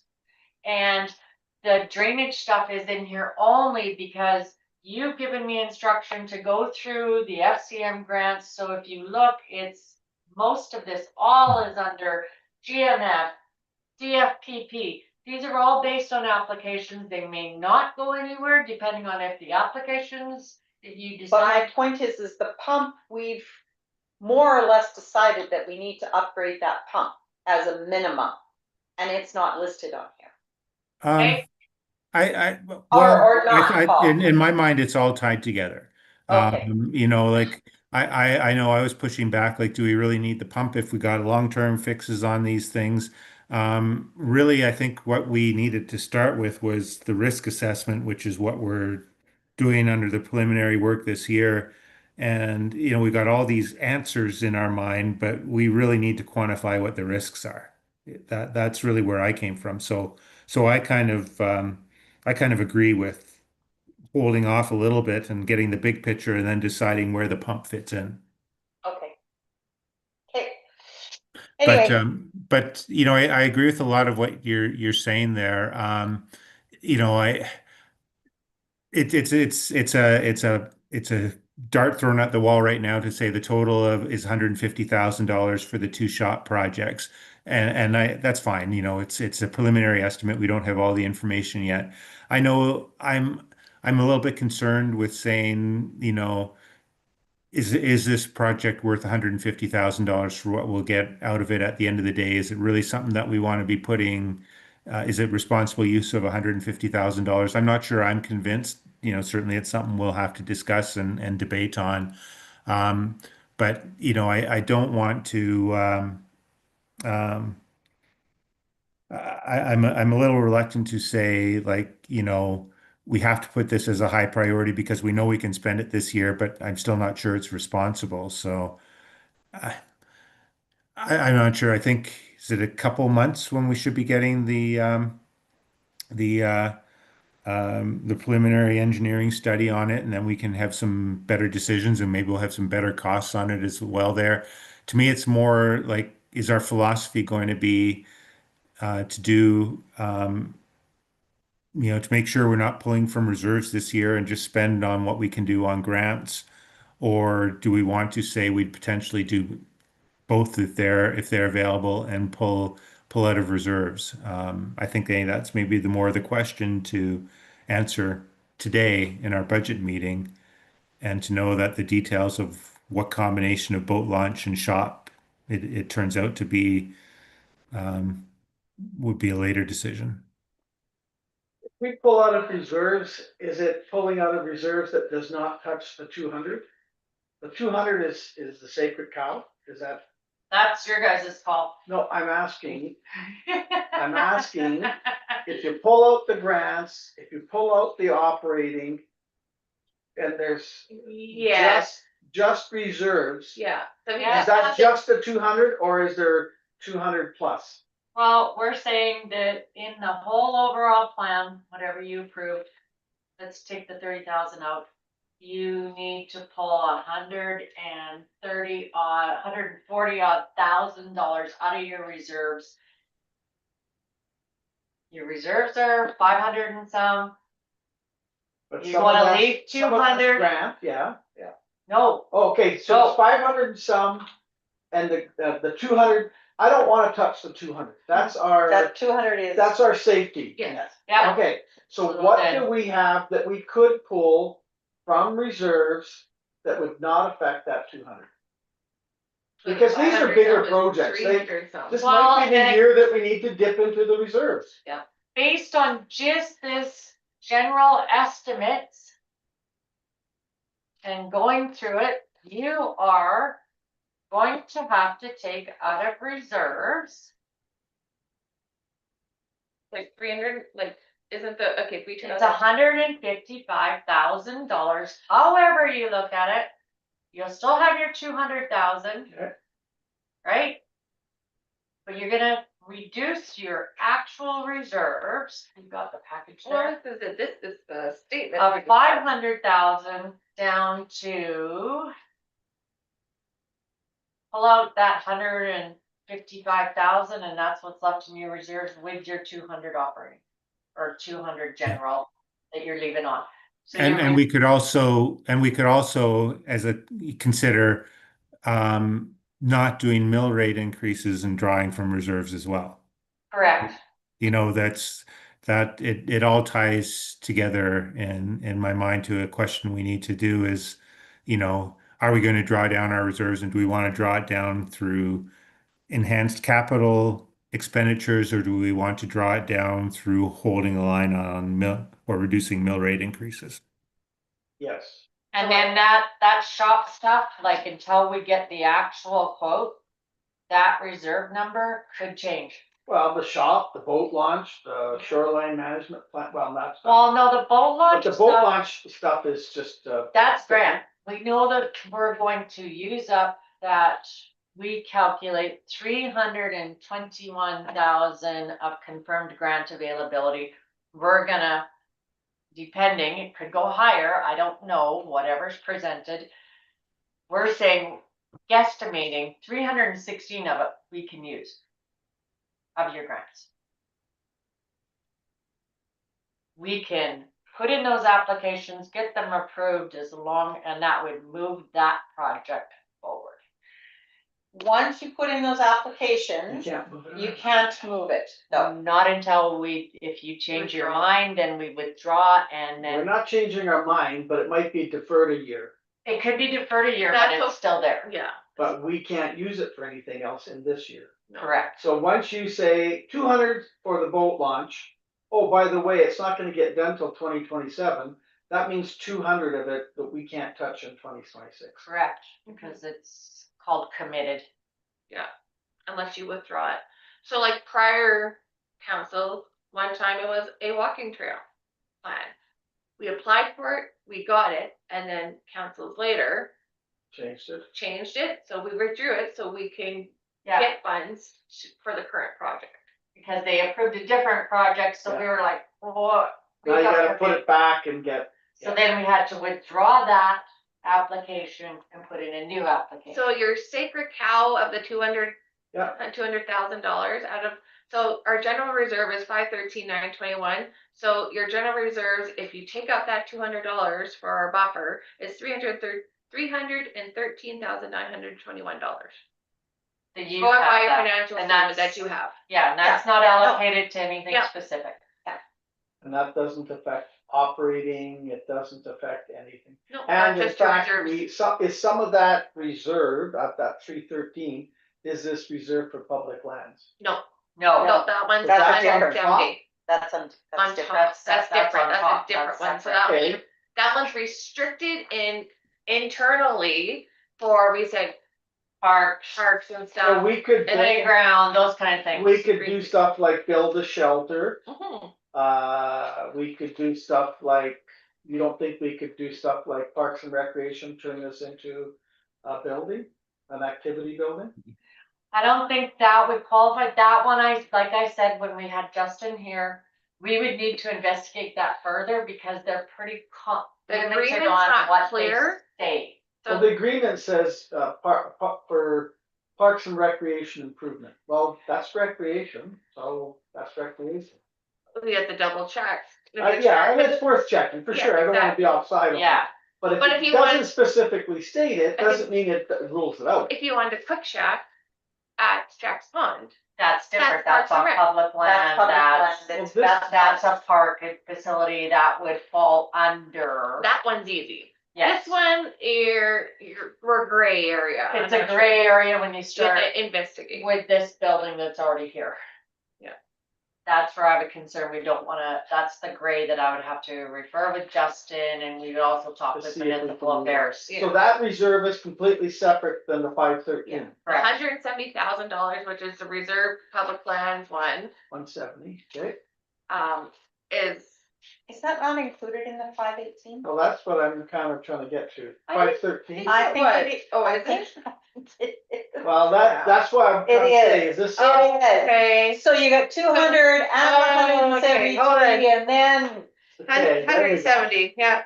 Oh, hold on. Okay, so I'll take it out of my free hand. So, okay, so you have 143,921. 143K, okay, Cause that reduced minus the 170 Yeah. for take the it out. public, reserve Yeah. public. I think. Well, I thought the restricted was on topic because it showed that 500 sum is in my monthly statements I gave you guys of the bank rec.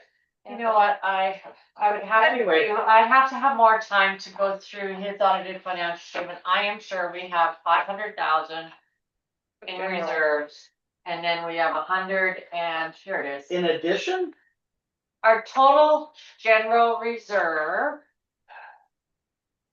is sitting at 515,832, and then we have a public land reserve of 150,750 On top of it. on top of okay, it. so we're gonna add it back now. Now I gotta add it back to go back to the fictional We're back number. at 313. Yes.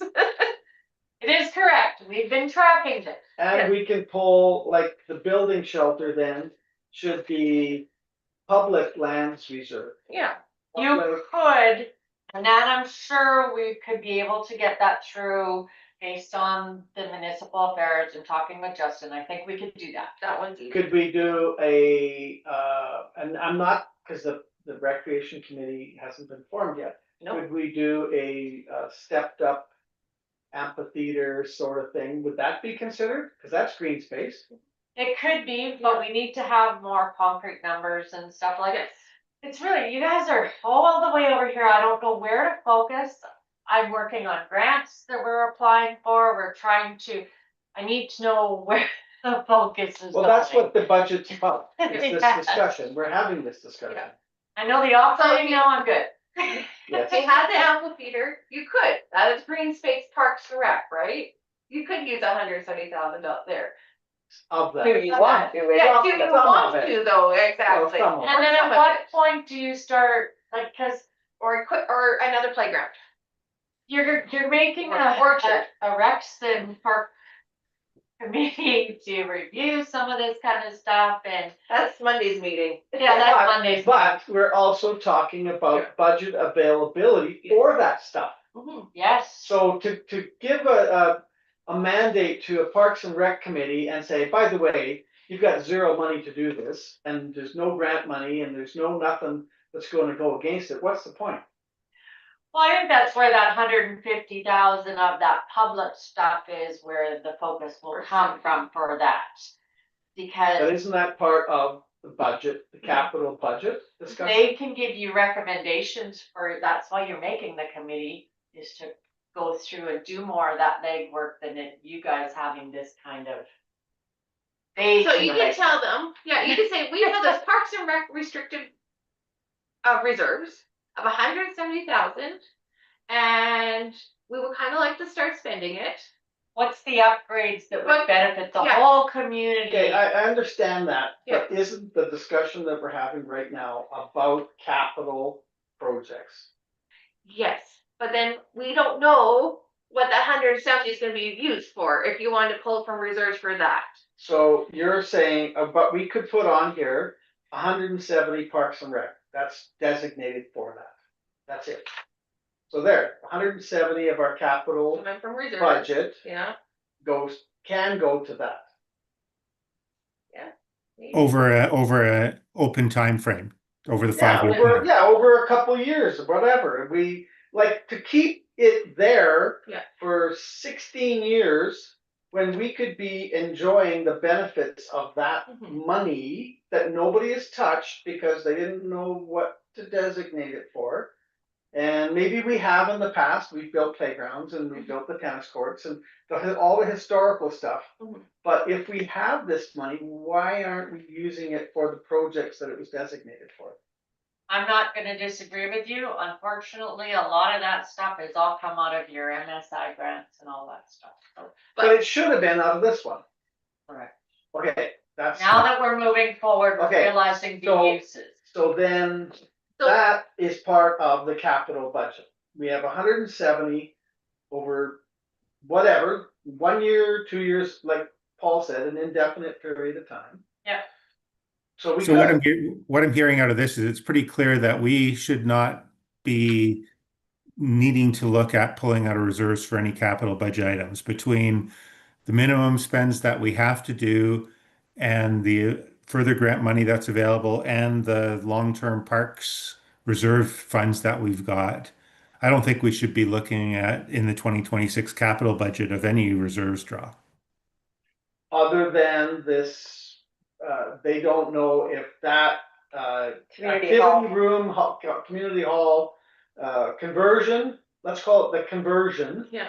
The conversion of that, could be done this year with what I had thought was quite a minimal investment. Yeah, it could be done this year, hopefully out of grant money. I'd be resistant to draw from reserves for that particular project. Or for any So- project, any of these projects on the list here, to be honest. So the other issue that I have is the new shop bay, 3 bays. Do all 3 have to be done at the same time? You should. And Just the- Especially if it you're done. pouring, if you're pouring concrete. You're pouring would concrete, wanna you're do- getting these contractors, just do it. Don't waste any more time doing one bay at a time when your construction costs where you're gonna have to do the drywall, you're gonna have to bring in heat and concrete and forming. But do we need all of that, or do we need an insulated? Do we need the concrete floor? Lots of shops, farmer shops have a gravel base. I think you'll lose some of your heat though. If you're Your heating heat it. loss is going to come up because if you just stick with a gravel and you heat up the rest of the shop, you do the insulation, you're gonna be spending a lot more economics on your heating. Because you're gonna be, as the frost levels come in and the colder the weather, it's gonna draw. So what's stored in here that has to be stored over there, that we use? The tractor goes in We there. have tractor in there, we have lawnmowers, Well, lawnmowers doesn't. we do the water tanks in the winter, we keep a lot of that stuff for refilling everything. That's kept in the heated side here, so he's still got space to work on other stuff, he's got, yeah. It's being used, whether people agree to how we're using it, it is being used. I'm You not would, you would debating be- that it's not being used. Yeah. Yeah. And I would say for the other side, for conversion for the shop, because we have 3 bays that it's unheated, no concrete. You would at least want 1 bay, if not 2 bays. To replace this. To replace that.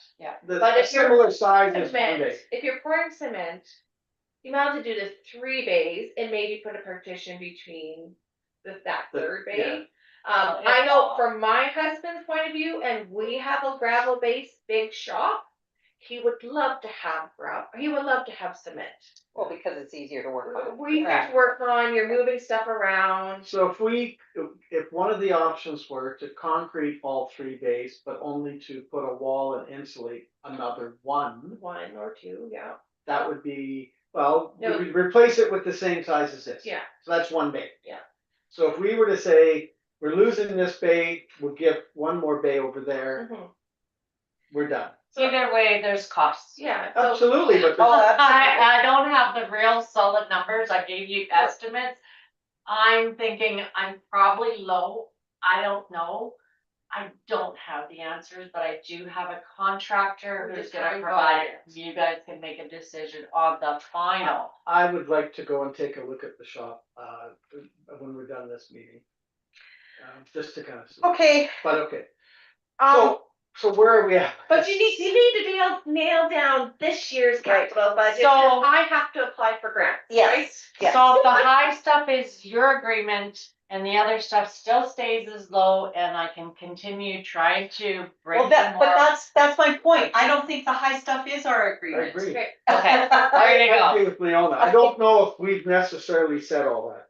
I'm leaving it for you It guys. to sounds go ahead. like though. I keep Conversion is a high one. I keep going back to our strategic plan. Yeah. Yeah. And I want some correlation between this strategic plan and this capital budget. When I look at our strategic plan, our number 1 was the recreation committee. Okay, that there's very little cost to that number 1. But number 2 was improving outdoor gathering areas, covered deck, expanded seating, utilization of spaces like the hall garage. That was our number 2.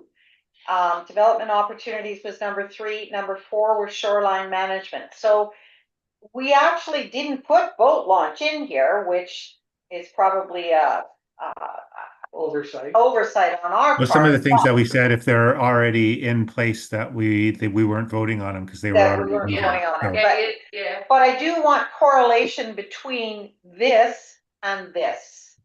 And by putting boat launch construction phases, when we're not even really sure what we're doing as the high, I'm having difficulty reconciling that in my head. Well, especially. The Parks and Recreation Committee also will give us ideas on the capital, and to my mind, like the hall conversion or the storage conversion is kind of Parks and Recreation. So, you know, Parks and Recreation, this committee was for developing community gardens, beach accesses, recreational features like disc golf, expanding nature trails. Jack's Pond is in there. Is it like the one for next? But the village center, which then is not the Parks and Rec Commission, that's the council, that's shop and yard storage. So Oh, you're, we lost Paul. oh, sorry, that's me. He's still there. He just, it's hiding. Okay. So So those are, I'm gonna print off, cause in Monday's agenda, I don't know if you guys seen it yet, Yep. but I had put in the strategic planning, like your checklist. So Paul, if you wanna go on tomorrow's agenda and go to page, I'll print them for you guys, 94 of the agenda. That might help a little bit too for your capital, cause that took your strategic plan and kind of did a step by step already. okay, I I haven't looked at it yet, so. Okay, let me just print it up. Where did I save it? Agendas. hey, I'm bringing it up myself. Page 94. Strategic plan dashboard. If you guys want more time on the capital, Can we take a 5-minute break, Or more, 10-minute break? that'd be good. Let's can we take a for- break, Paul? Yeah. That would feel good. Sure. 10 Yeah. 5-10 minutes. 10-minute break, Come back, yeah. come back Yeah. about 1 o'clock. Yep. Thanks. Perfect. Sounds good.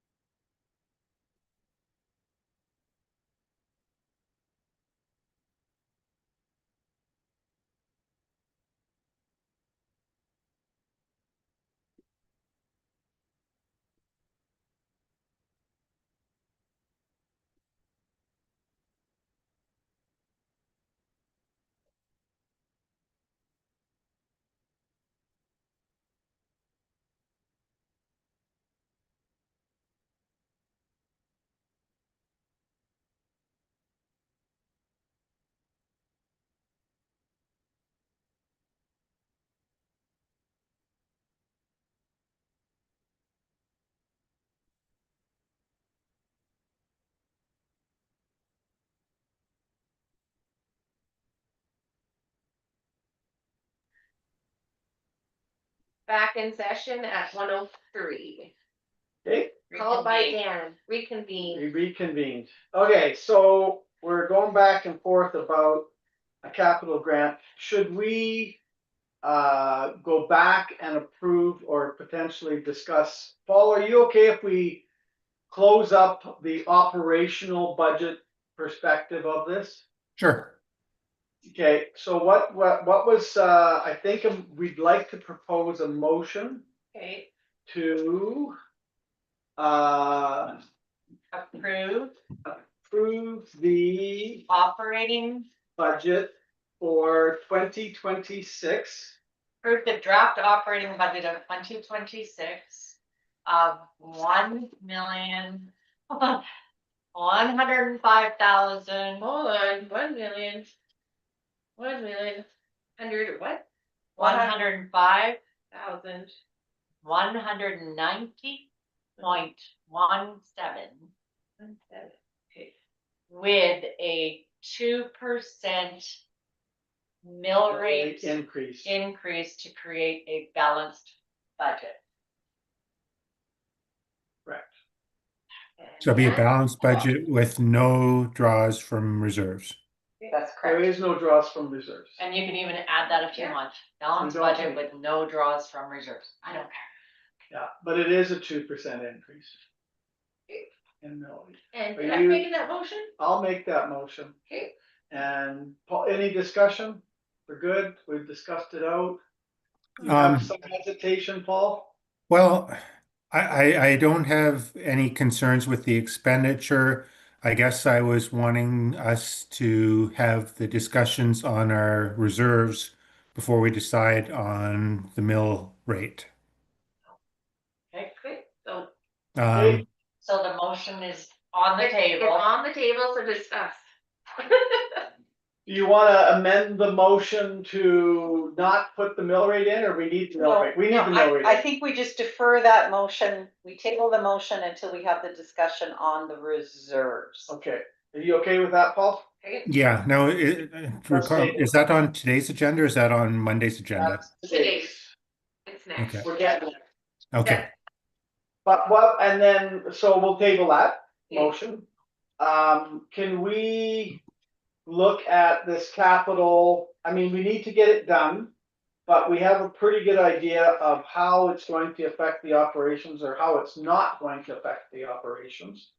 I think we need to do some more discussion on the three of us of just nailing down what our priorities are, whether it's boat launch, whether it's some recreation, whether it's the old shop conversion. I think we need to nail that down more in detail and then come back and say, okay, this is what we want to spend the capital grants on, and this is what we want to spend the reserve for public lands on. And I think they're separate. I think we have a much better understanding, but I think we need to get all on the same page on that first.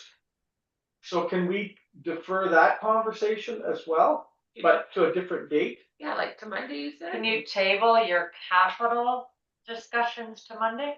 That's what we're suggesting. That's what we're suggesting. So are you okay with that, Paul? yeah, I think that's a good plan. Okay, just so we can have some time to beat it up. We have a lot more information now. And we, I think, and hopefully some more clarity. But let's defer that or table that till Monday. Yeah, just add it to To the the regular Yeah, to council the meeting. agenda there, which might push Monday into a long day, but okay, and And I'm not gonna change anything, you guys have your discussion Yeah. and you'll, yeah, we'll beat it up a bit. We'll come. So we're basically gonna be working on this one sheet as the rule, as a rule. as the rule, you're gonna just look at Got the it. capital part, Okay. okay? Okay, So did you vote on to table the draft 2026 Yes. capital budget? yes. Thank you. To Monday's meeting and Did then, everyone Paul? in agreement? Paul, put up your hand if you agree. Oh, yes, Thank you. Okay, and we're tabling the draft municipal operating budget till after we discuss the reserves and surplus allocation policy? Yes. It's today. Okay, thank you. Okay, and so moving right along To that policy. into that policy. I know all the papers got. Yeah, this, there we go. Uh, So we are now talking about, item number 3, the reserve and surplus allocation policy. Okay, and this is just a draft policy now. We know Justin has a recommendation for it. So basically what it does is it's just for council consideration to provide clear direction on reserve management and the surplus allocations. Now, you guys are saying we're maintaining we have a general reserve. You'd like to have it broken down into other areas so that you've got that build up for if you needed an equipment replacement or grant readiness. That's what I'd heard. So we kind of came up with just a general saying your reserve structure would be aligned with your municipal priorities, a minimum general operating reserve of 200,000 to support cash flow and emergencies. Standardized surplus allocation model, 25% general, 75% distributed across reserves. And we kind of laid out some reserve categories. And we kind of, not only do we want to protect 200 of operating reserves, we want to protect 200 of, what are we calling it? Buffer reserve. No, that's not. We're talking about the 200 that we don't want to dip past. Yeah, that's Yes, that's gonna general. stay the general. That's now operating. general. General. Yeah. Okay, so we got general, we got operating. Now Like- we're talking about the rest. Yeah, so we So, don't. like, yeah, and a already question on the have general, 200, or Take out. a Sorry. question on the 200,000 general. So we talk about two things, emergencies and cash flow. So, if we're talking about cash flow, that we got to get halfway through the year before we get all the property tax revenue, then Would that would use fall up that under 200,000. operational? Pardon? That's under kind of That would operational. fall under operational. That's This 200. Yeah, this is kind of, I know what you're saying. We kind of use our bank accounts Yeah. in different directions, right? Right now, we've paid a lot of requisitions first quarter. We have no revenue coming in other than your basic stuff that Your comes tips. to, Yeah. and it offsets things. So right now, until you pass your operating budget, we're gonna tell you that right now, we're operating in a $30,000 deficit. Right. So you're coming in for all your agenda you got on. Yeah. Wednesday. But your reserve balance will always be, at this point in time, we have 515,760. Okay. We're not depleting that each month until we get our property tax payments come in. No, Not in the GLs per se. not in the GLs per se. Cash wise, yes, GL wise, no. No. Okay. Yeah. Then Yeah. I gotta be an accountant to understand that, but that's fine as long as it's taken care of. Yeah, It's a bank, yeah, it's the ability to use it as a bank, yes. Okay. rather than going out and getting a debenture to cover our operating loan costs until we get all the tax dollars in, we are using our reserve money As a line of credit. as a line of credit. So that's what that $200,000 And is not paying the for. bank fees. Is it's to cover that line of credit and to use in case of emergency like a lawsuit or anything else like that. Yeah. Okay. So when we think about this, our line of credit, probably we're going to be into that for probably $60,000 to $80,000 before we actually start getting some tax money in. Because our major expenditures like our policing and all that kind of stuff, some of that we actually, education, we actually don't pay that out until later on in the year. Education? Oh, well, no, some now, but Yes. yeah, but basically that $200,000 is that slush fund to cover those things, Okay. cover any emergencies. Okay. So we don't need another $200,000 on top of that. That's right. So it's only that 200 that's being used as a bank, and that's the do not touch, like put it back, basically, once this fiscal year Right. is aligned. It gets It's put better back. aligned. And just like what you said, instead of us doing a bylaw to get a line of credit and paying interest Yeah, we don't. that is an expense. Okay. So we can really look at it then right now that we're okay for the cash flow. We have 500,000 in the general reserves right now. We're looking at saying it's 200,000 for general reserves going forward, plus whatever specific directed reserves we come out of this policy. Yes. Okay. So we also have to understand that those specific reserves, other than this 200,000, those specific reserves can be reallocated by council direction, if I understand this. Correct, only by council direction, so. Yeah, yeah. So basically what you're gonna say is out of that 515,000, 200,000 is general. Yeah. The other amount, 318.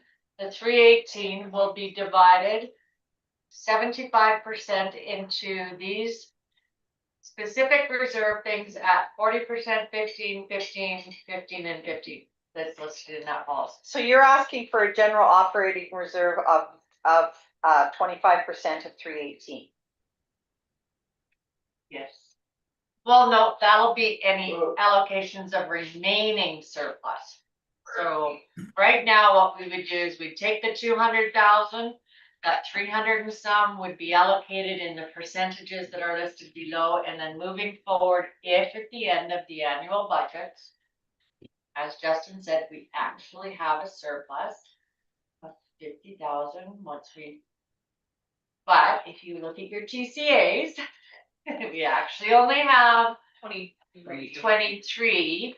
So it's your guys' call if you want us to do the 23 or we take the 50 and we would turn around and say, you would do a resolution that you're gonna take that 50,000 and you're gonna follow your policy. So 25% would go back into general operating reserve.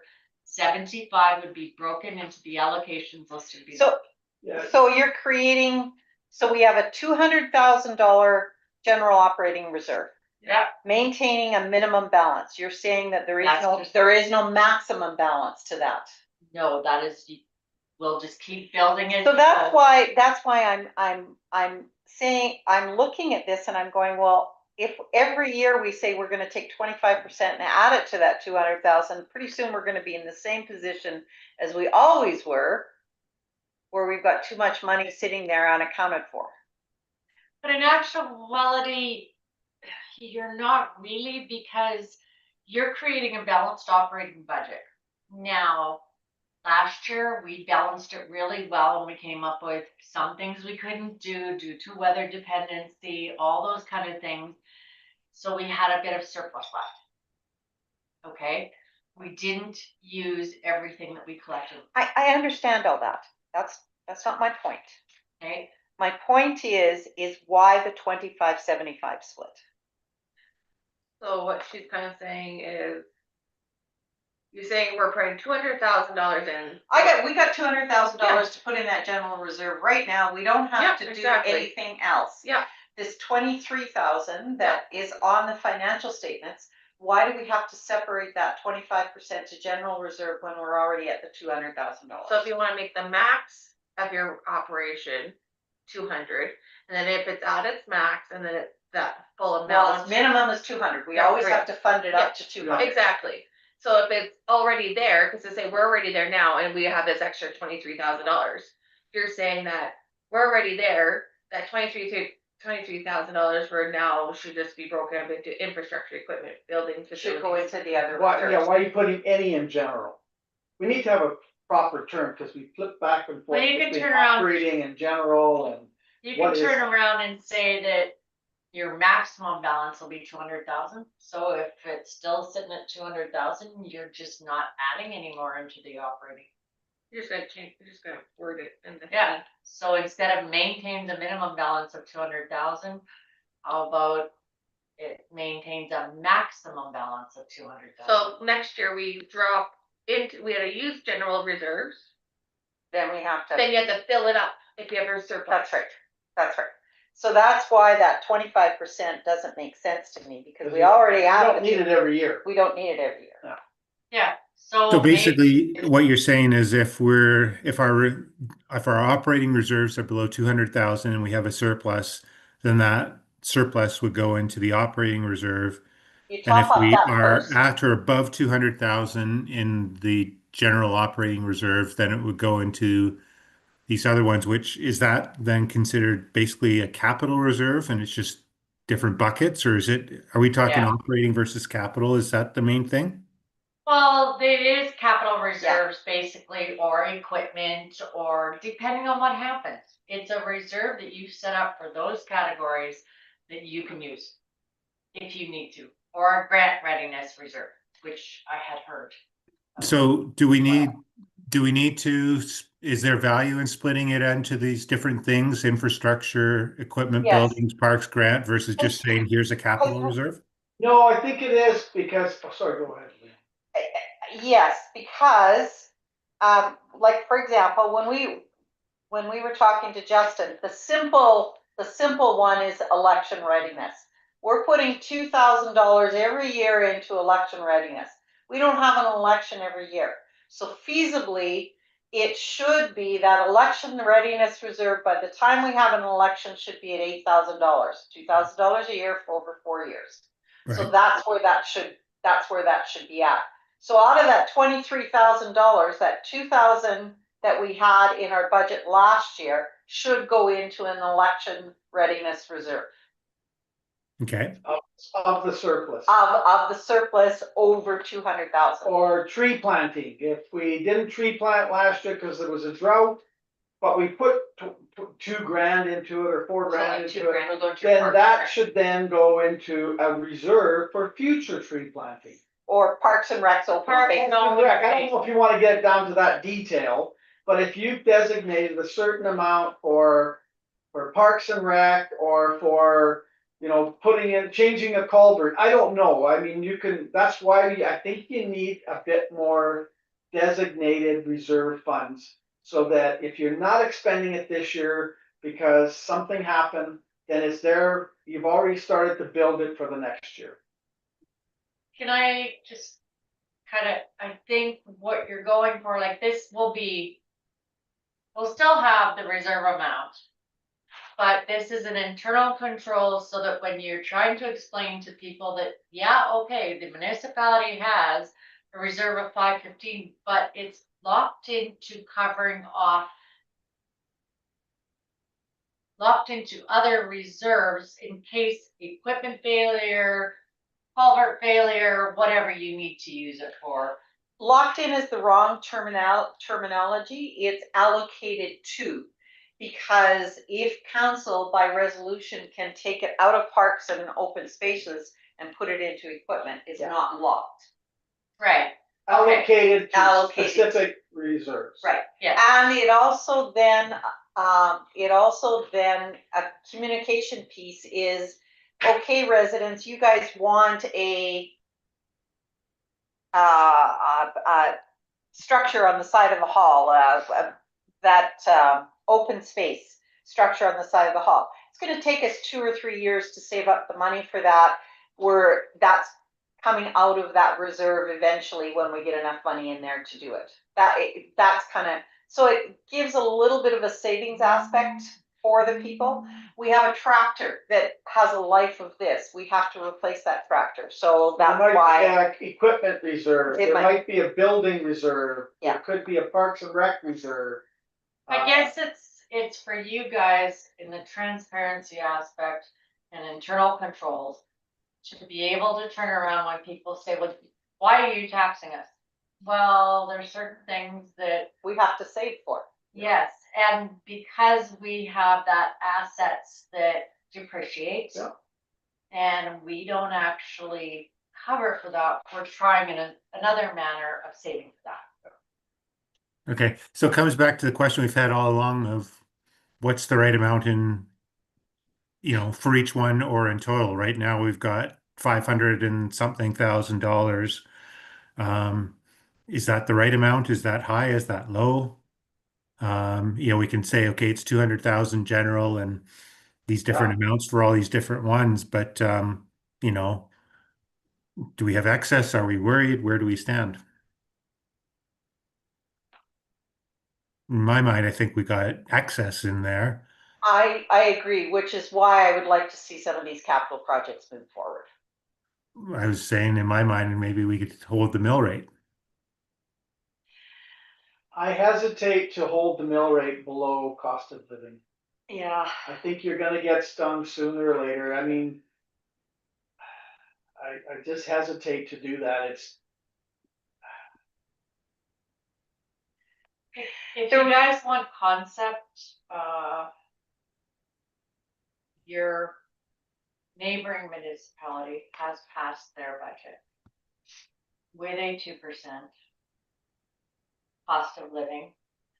They also pulled out and are doing a special tax rate bylaw like we do for their fire, because their increase would have been substantial in a mill rate increase. as ours will be next And year. they could have did a decrease in their mill rate, but the council there, the cost of living is 2%. And that's kind of where my head is going. That 2% mill rate covers off operating costs. If you're always dipping into your savings, which you're trying to keep for major expenditures, like if I have to buy a new car in 5 years, I've got to try and save for that new car. If I keep pulling the money out of that new car fund to cover my operating costs, my daily living costs, I'm never going to get that new car. So that's why I think if there's a 2% increase in operating costs, then let's cover that with taxation. We're all there. We're not taking from our savings, which we need for larger projects, to cover those operating costs.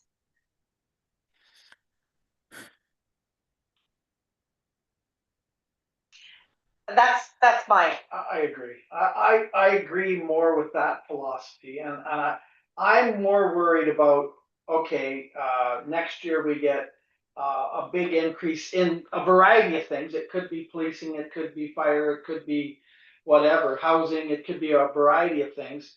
And then all of a sudden, because each percentage only represents, you know, $3,500, all of a sudden our fire bill could go next year for just maintaining this as part of the regional group could go up 50 grand.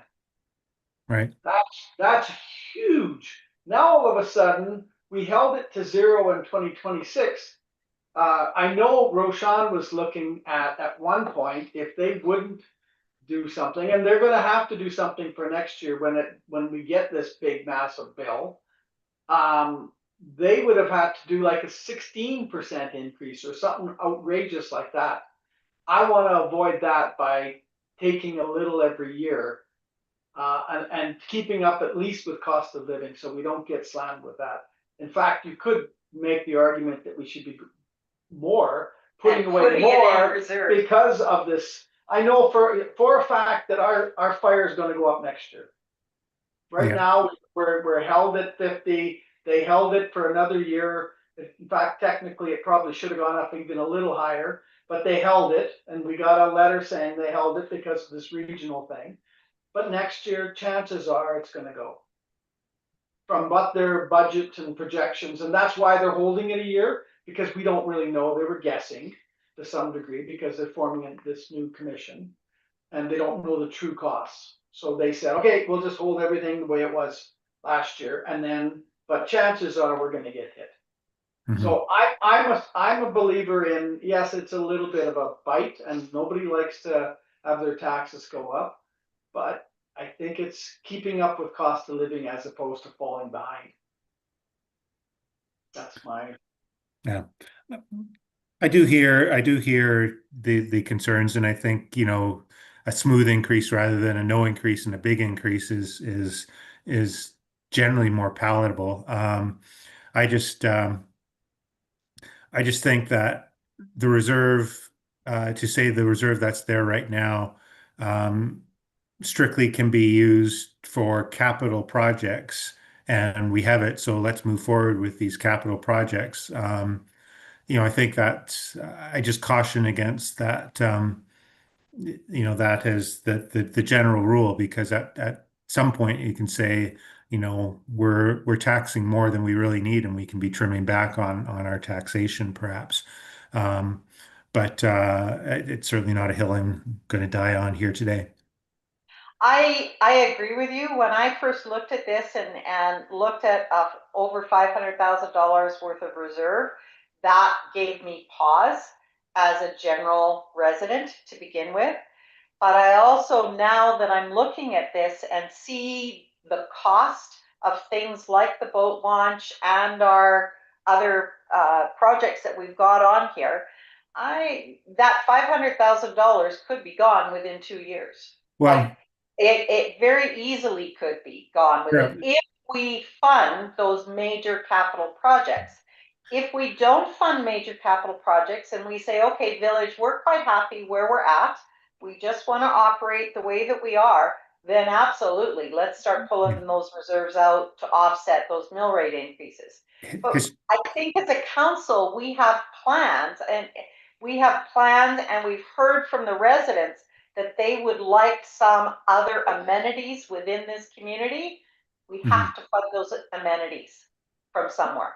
Yeah, historically, it seems to me, I don't know about the past history, I just know about the past few years, but historically, it seems that we've been very successful in getting a lot of good capital projects done primarily with grant money and not having to rely on taxation, which is great. And my hope is that we can continue that as the general rule.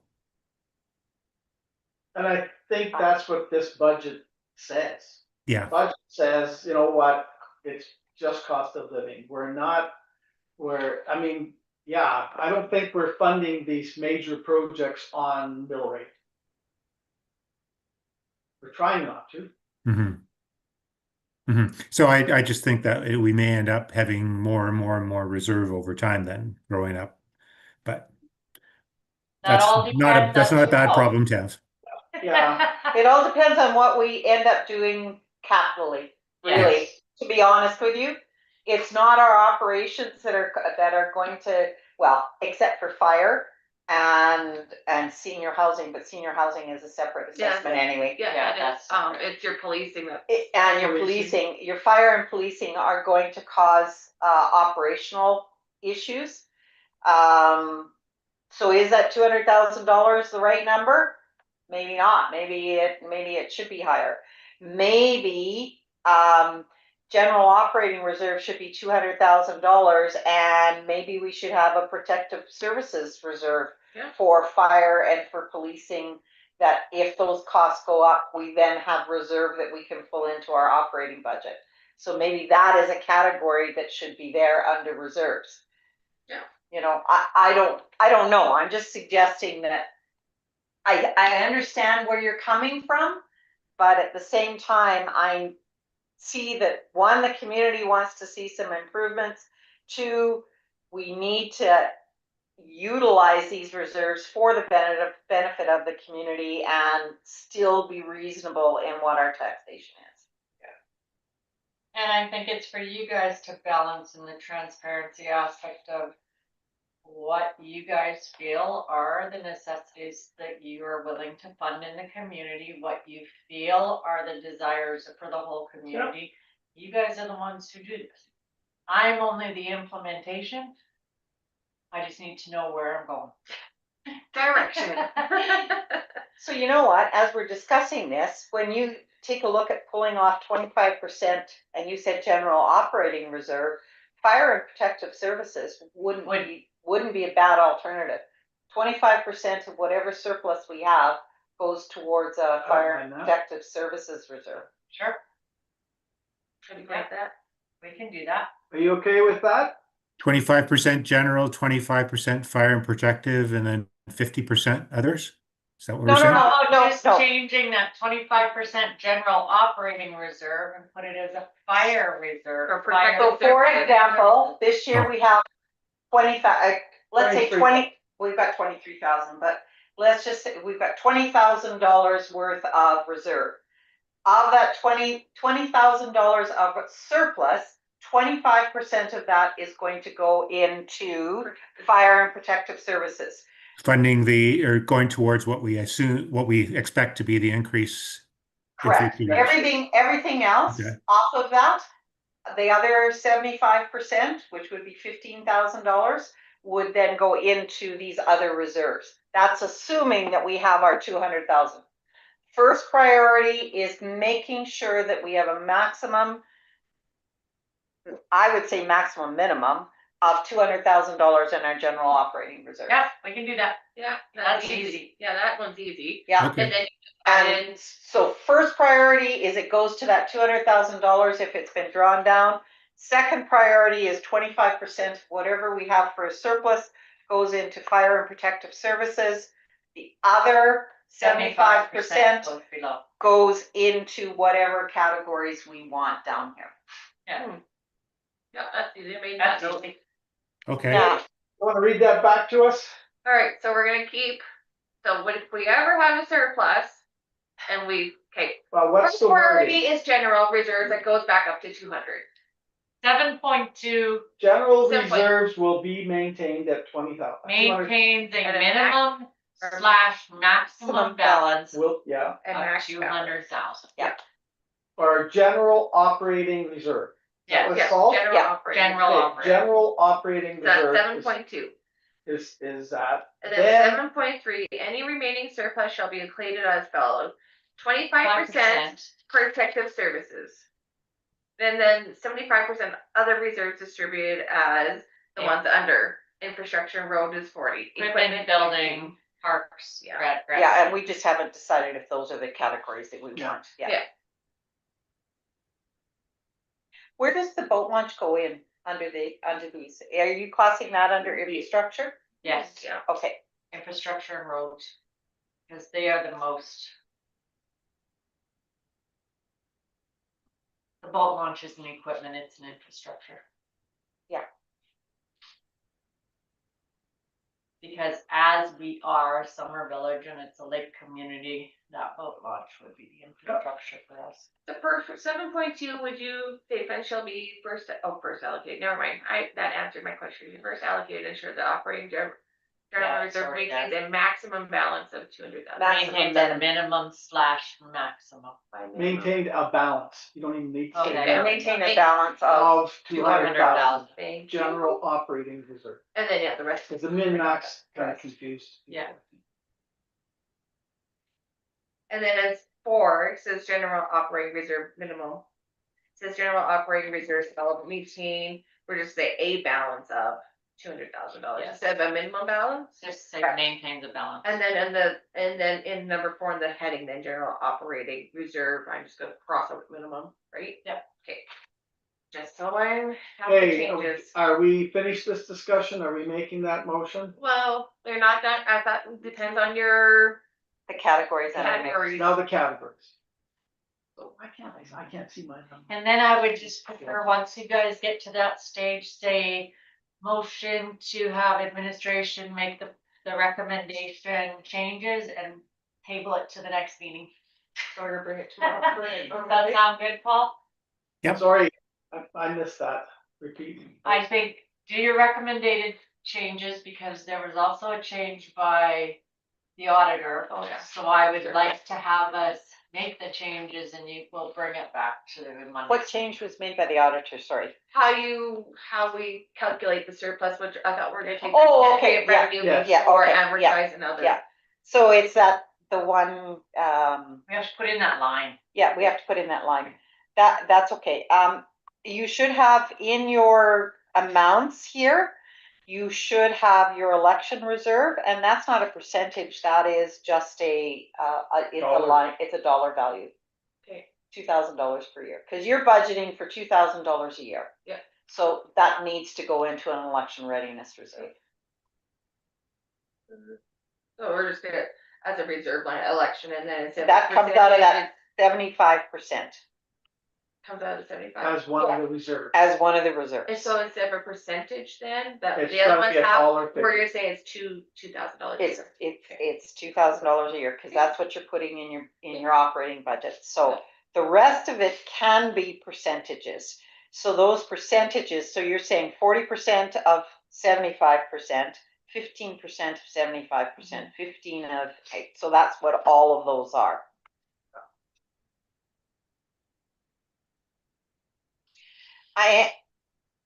And it will be interesting to see what those numbers are once you get your reserve balances, like dollar values. Like if we've got, Well, that's going to be after you guys Yeah, pass this. yeah. We will create the internal and then we'll bring it to you guys in a council package to show you how the breakdown goes. and then instead of later that on, number. if we decide, you can change those percentages and you can move This those dollar policy, balances. You can Flexibility. these are allocations, I Yeah. think is Yeah. what we need. Yeah. Cause number 8, your flexibility, council may by resolution adjust Yeah, reserve yeah. allocation.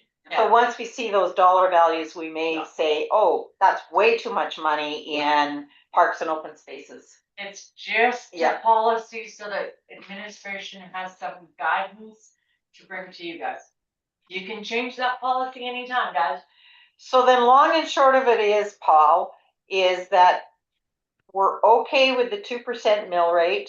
We are okay with the $200,000 general operating reserve. We're okay with putting 25% of any excess into a fire and protective services reserve. And then the remainder just gets allocated amongst these headings. And And you want an election category. an election category in there. 2,000. Okay, fair enough. Well, that's gonna be the hard part. Let us work on that. Yeah, Yeah. And so just clarifying, so this is talking about like the 23,000 surplus that we've got this year as an example.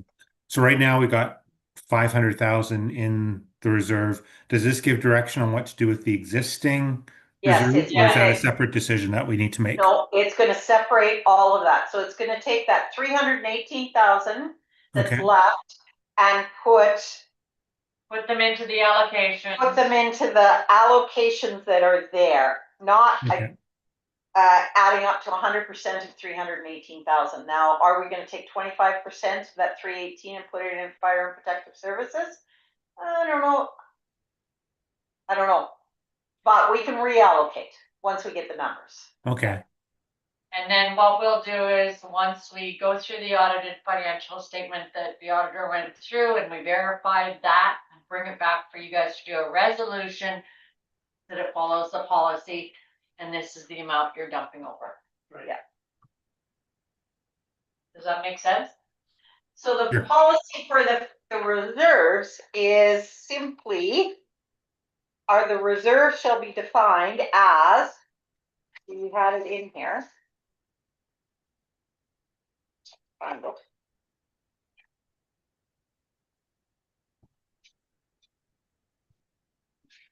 Annual reserve is defined as is the net revenue before amortization and other.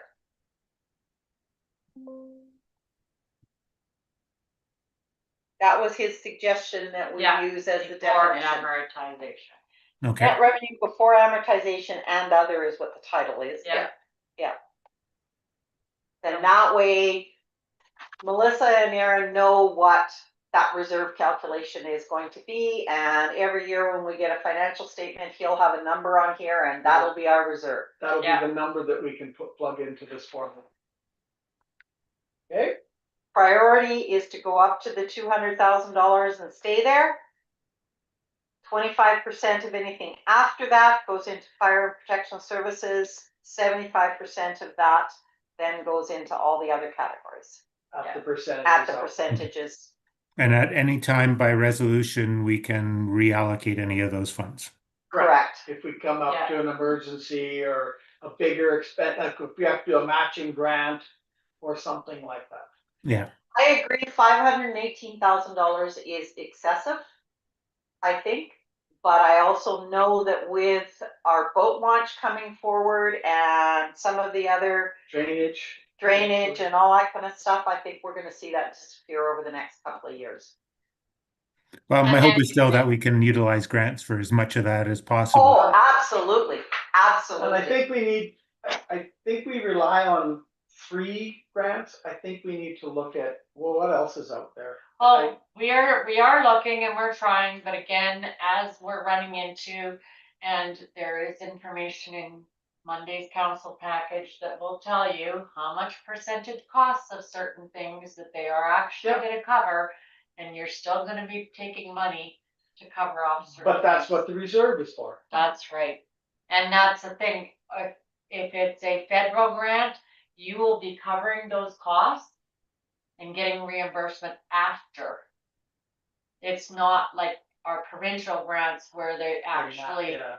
we Yeah. get the funds and we're Yeah. using that and it's not being banked on the municipality, Yeah. so that's an understanding too. Timing isn't, that's another conversation. But where it's nice to have a reserve when there's that timing. Yeah, Okay. So we have a motion, right, to move by one, to table the policy to Monday, April 20th, 2026 meeting with the following amendments. So I said definition of the calculation of the surplus, net revenue before amortization and other.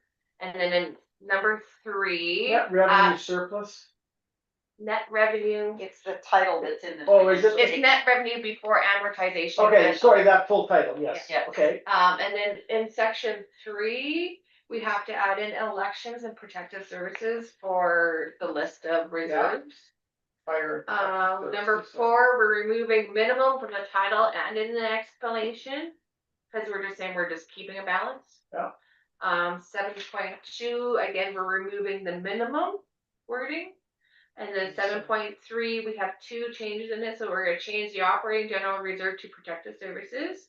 Where that Fire and protective services. fire and protective services, Yes. about to change that of the other one too, hold on, fire and. Yeah.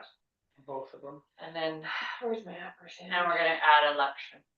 Yeah, and yeah, I said, alright, change that, and then we're adding elections with $2,000 per year. Instead of percentage. It may be a percentage. It like may be maybe a percentage. Okay, I would Just think, We may be able to keep it simple by doing a a percentage. yeah, percentage. I think. And if we're short on the election, So I'm because just we don't saying- have 8,000 million, 5, you could. I'm gonna just say add elections then. Yeah. Yes. As an allocation. Yeah. It might end up category. being 1% or 2%, Yeah. or whatever. I It's easier to do it that way than to set a number. Cause it just, We can assume that 20,000 Just is who wants to put their name on that motion? 10%. I can, Okay. thanks. You might want to put in 10% for election. 10%, within 10%? Well, just like the other ones Yeah, have 10%. percentages, Okay, Yeah. 10%. put in 10%, because that would roughly give you, if you're assuming a 20 to 30,000 surplus every year, hopefully. Yes. So those reserve allocations I'll have to fix have to them. add up to 100. Yeah. yeah, And so they're just gonna, We're gonna, yeah. you're gonna have to juggle your Massage them. figures. yeah, I'm just like, don't put, it has to be in a percentage and recalculate. Yeah, cause it just has to add up to 100% of that Okay. 75%. Yes. Say 7.3, recalculate percentages. Yes. And that motion was made. By Leona, yeah? Yeah, any further, Paul, any discussion? You okay with that? Yes. Okay, Okay, all in favor? Yep. Okay, now back to the operating. Are you approving? so What are now, we doing? now that we've had this discussion, Paul, and Leona, are we back to the operations now with the full 2% mill rate increase and accepting it as is?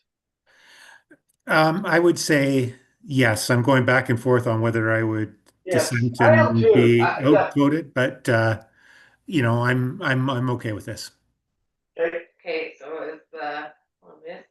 The Do we draft- have to bring the tabled motion back? yes. Yeah, so I'm gonna say move by someone to approve the draft I'll move that. 2026 municipal operating budget, what was 1,000,000, I'll get you the number here.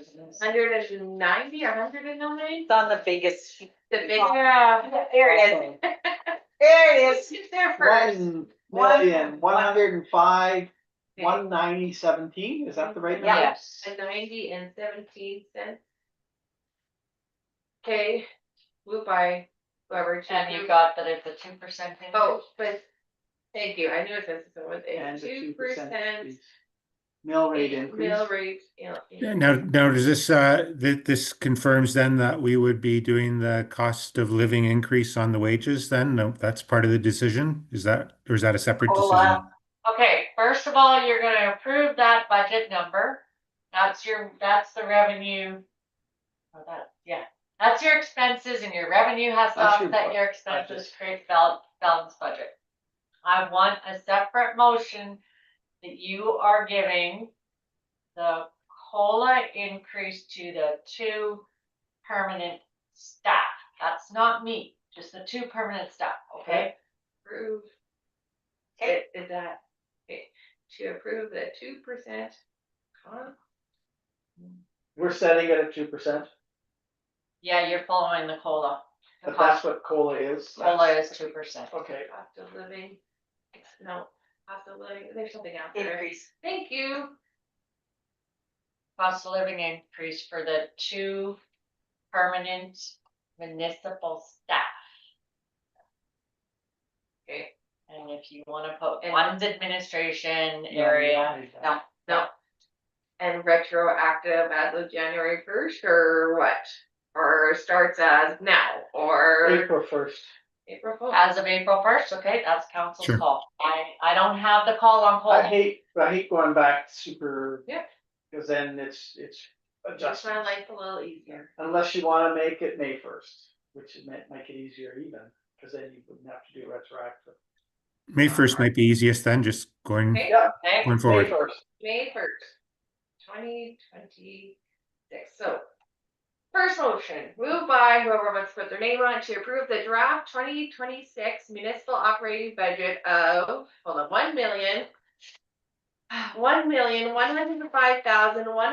$1,105,190.17 for the 2% mill rate increase. to create a balanced Oh, budget. to create a. Did we, I know earlier we made the comment of not drawing from reserves, am I still putting that in? No. No, we're good, No, I with don't. just the budget, okay. To create a balanced budget, Period, I'll make that motion. okay? All in favor? I'll go. Passed. Next one, moved by whoever wants to put their name on it to approve the 2% cost of living increase for the 2 permanent municipal staff as of May 1st, 2026. Leona? I can do that, yep. Okay. And that still falls under the budget, we don't have to put that, cause we've already done the one. Yeah. Okay, Yeah. all in favor?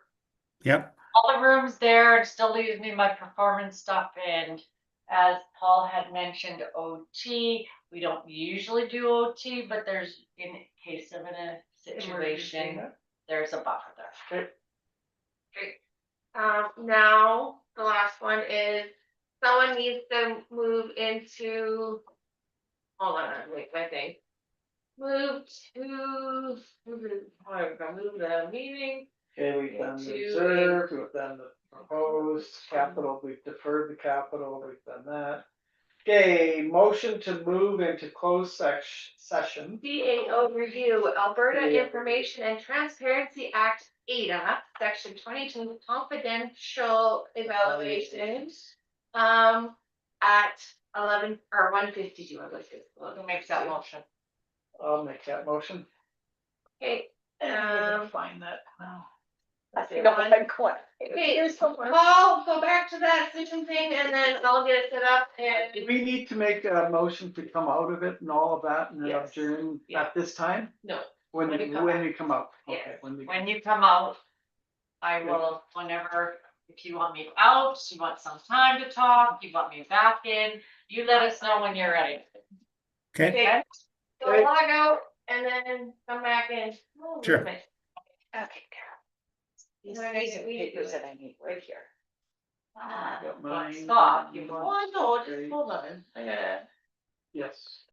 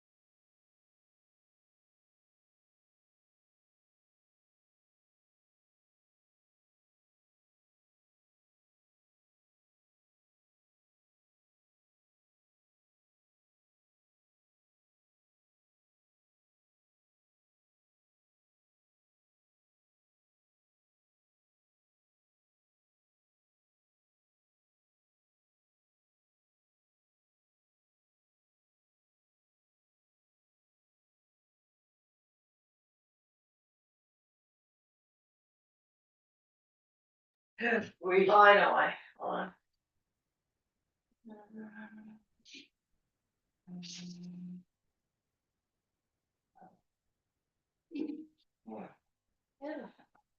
Okay, so Just waiting on Paula to come back in. I'm gonna bring up my minutes. Yep. Okay, so they'll come back. and you put it on your YouTube. Yeah, oh yeah, it's still going. It just was quiet, but now. Okay. Yeah. I'm dying to get into the tax rate bylaws.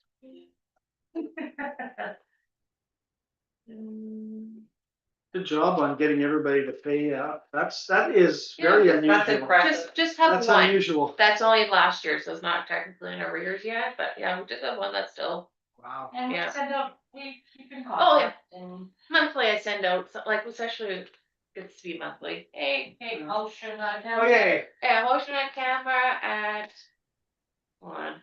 What Since time? Paul's on the camera, he should make it. Yeah, I'll make a motion to like come back out of meeting or to Yeah, come back come into the back meeting, or out you of make a town. motion to Yeah. close. we're to come back out of the closed meeting at 2:55 p.m. I will make that. Okay.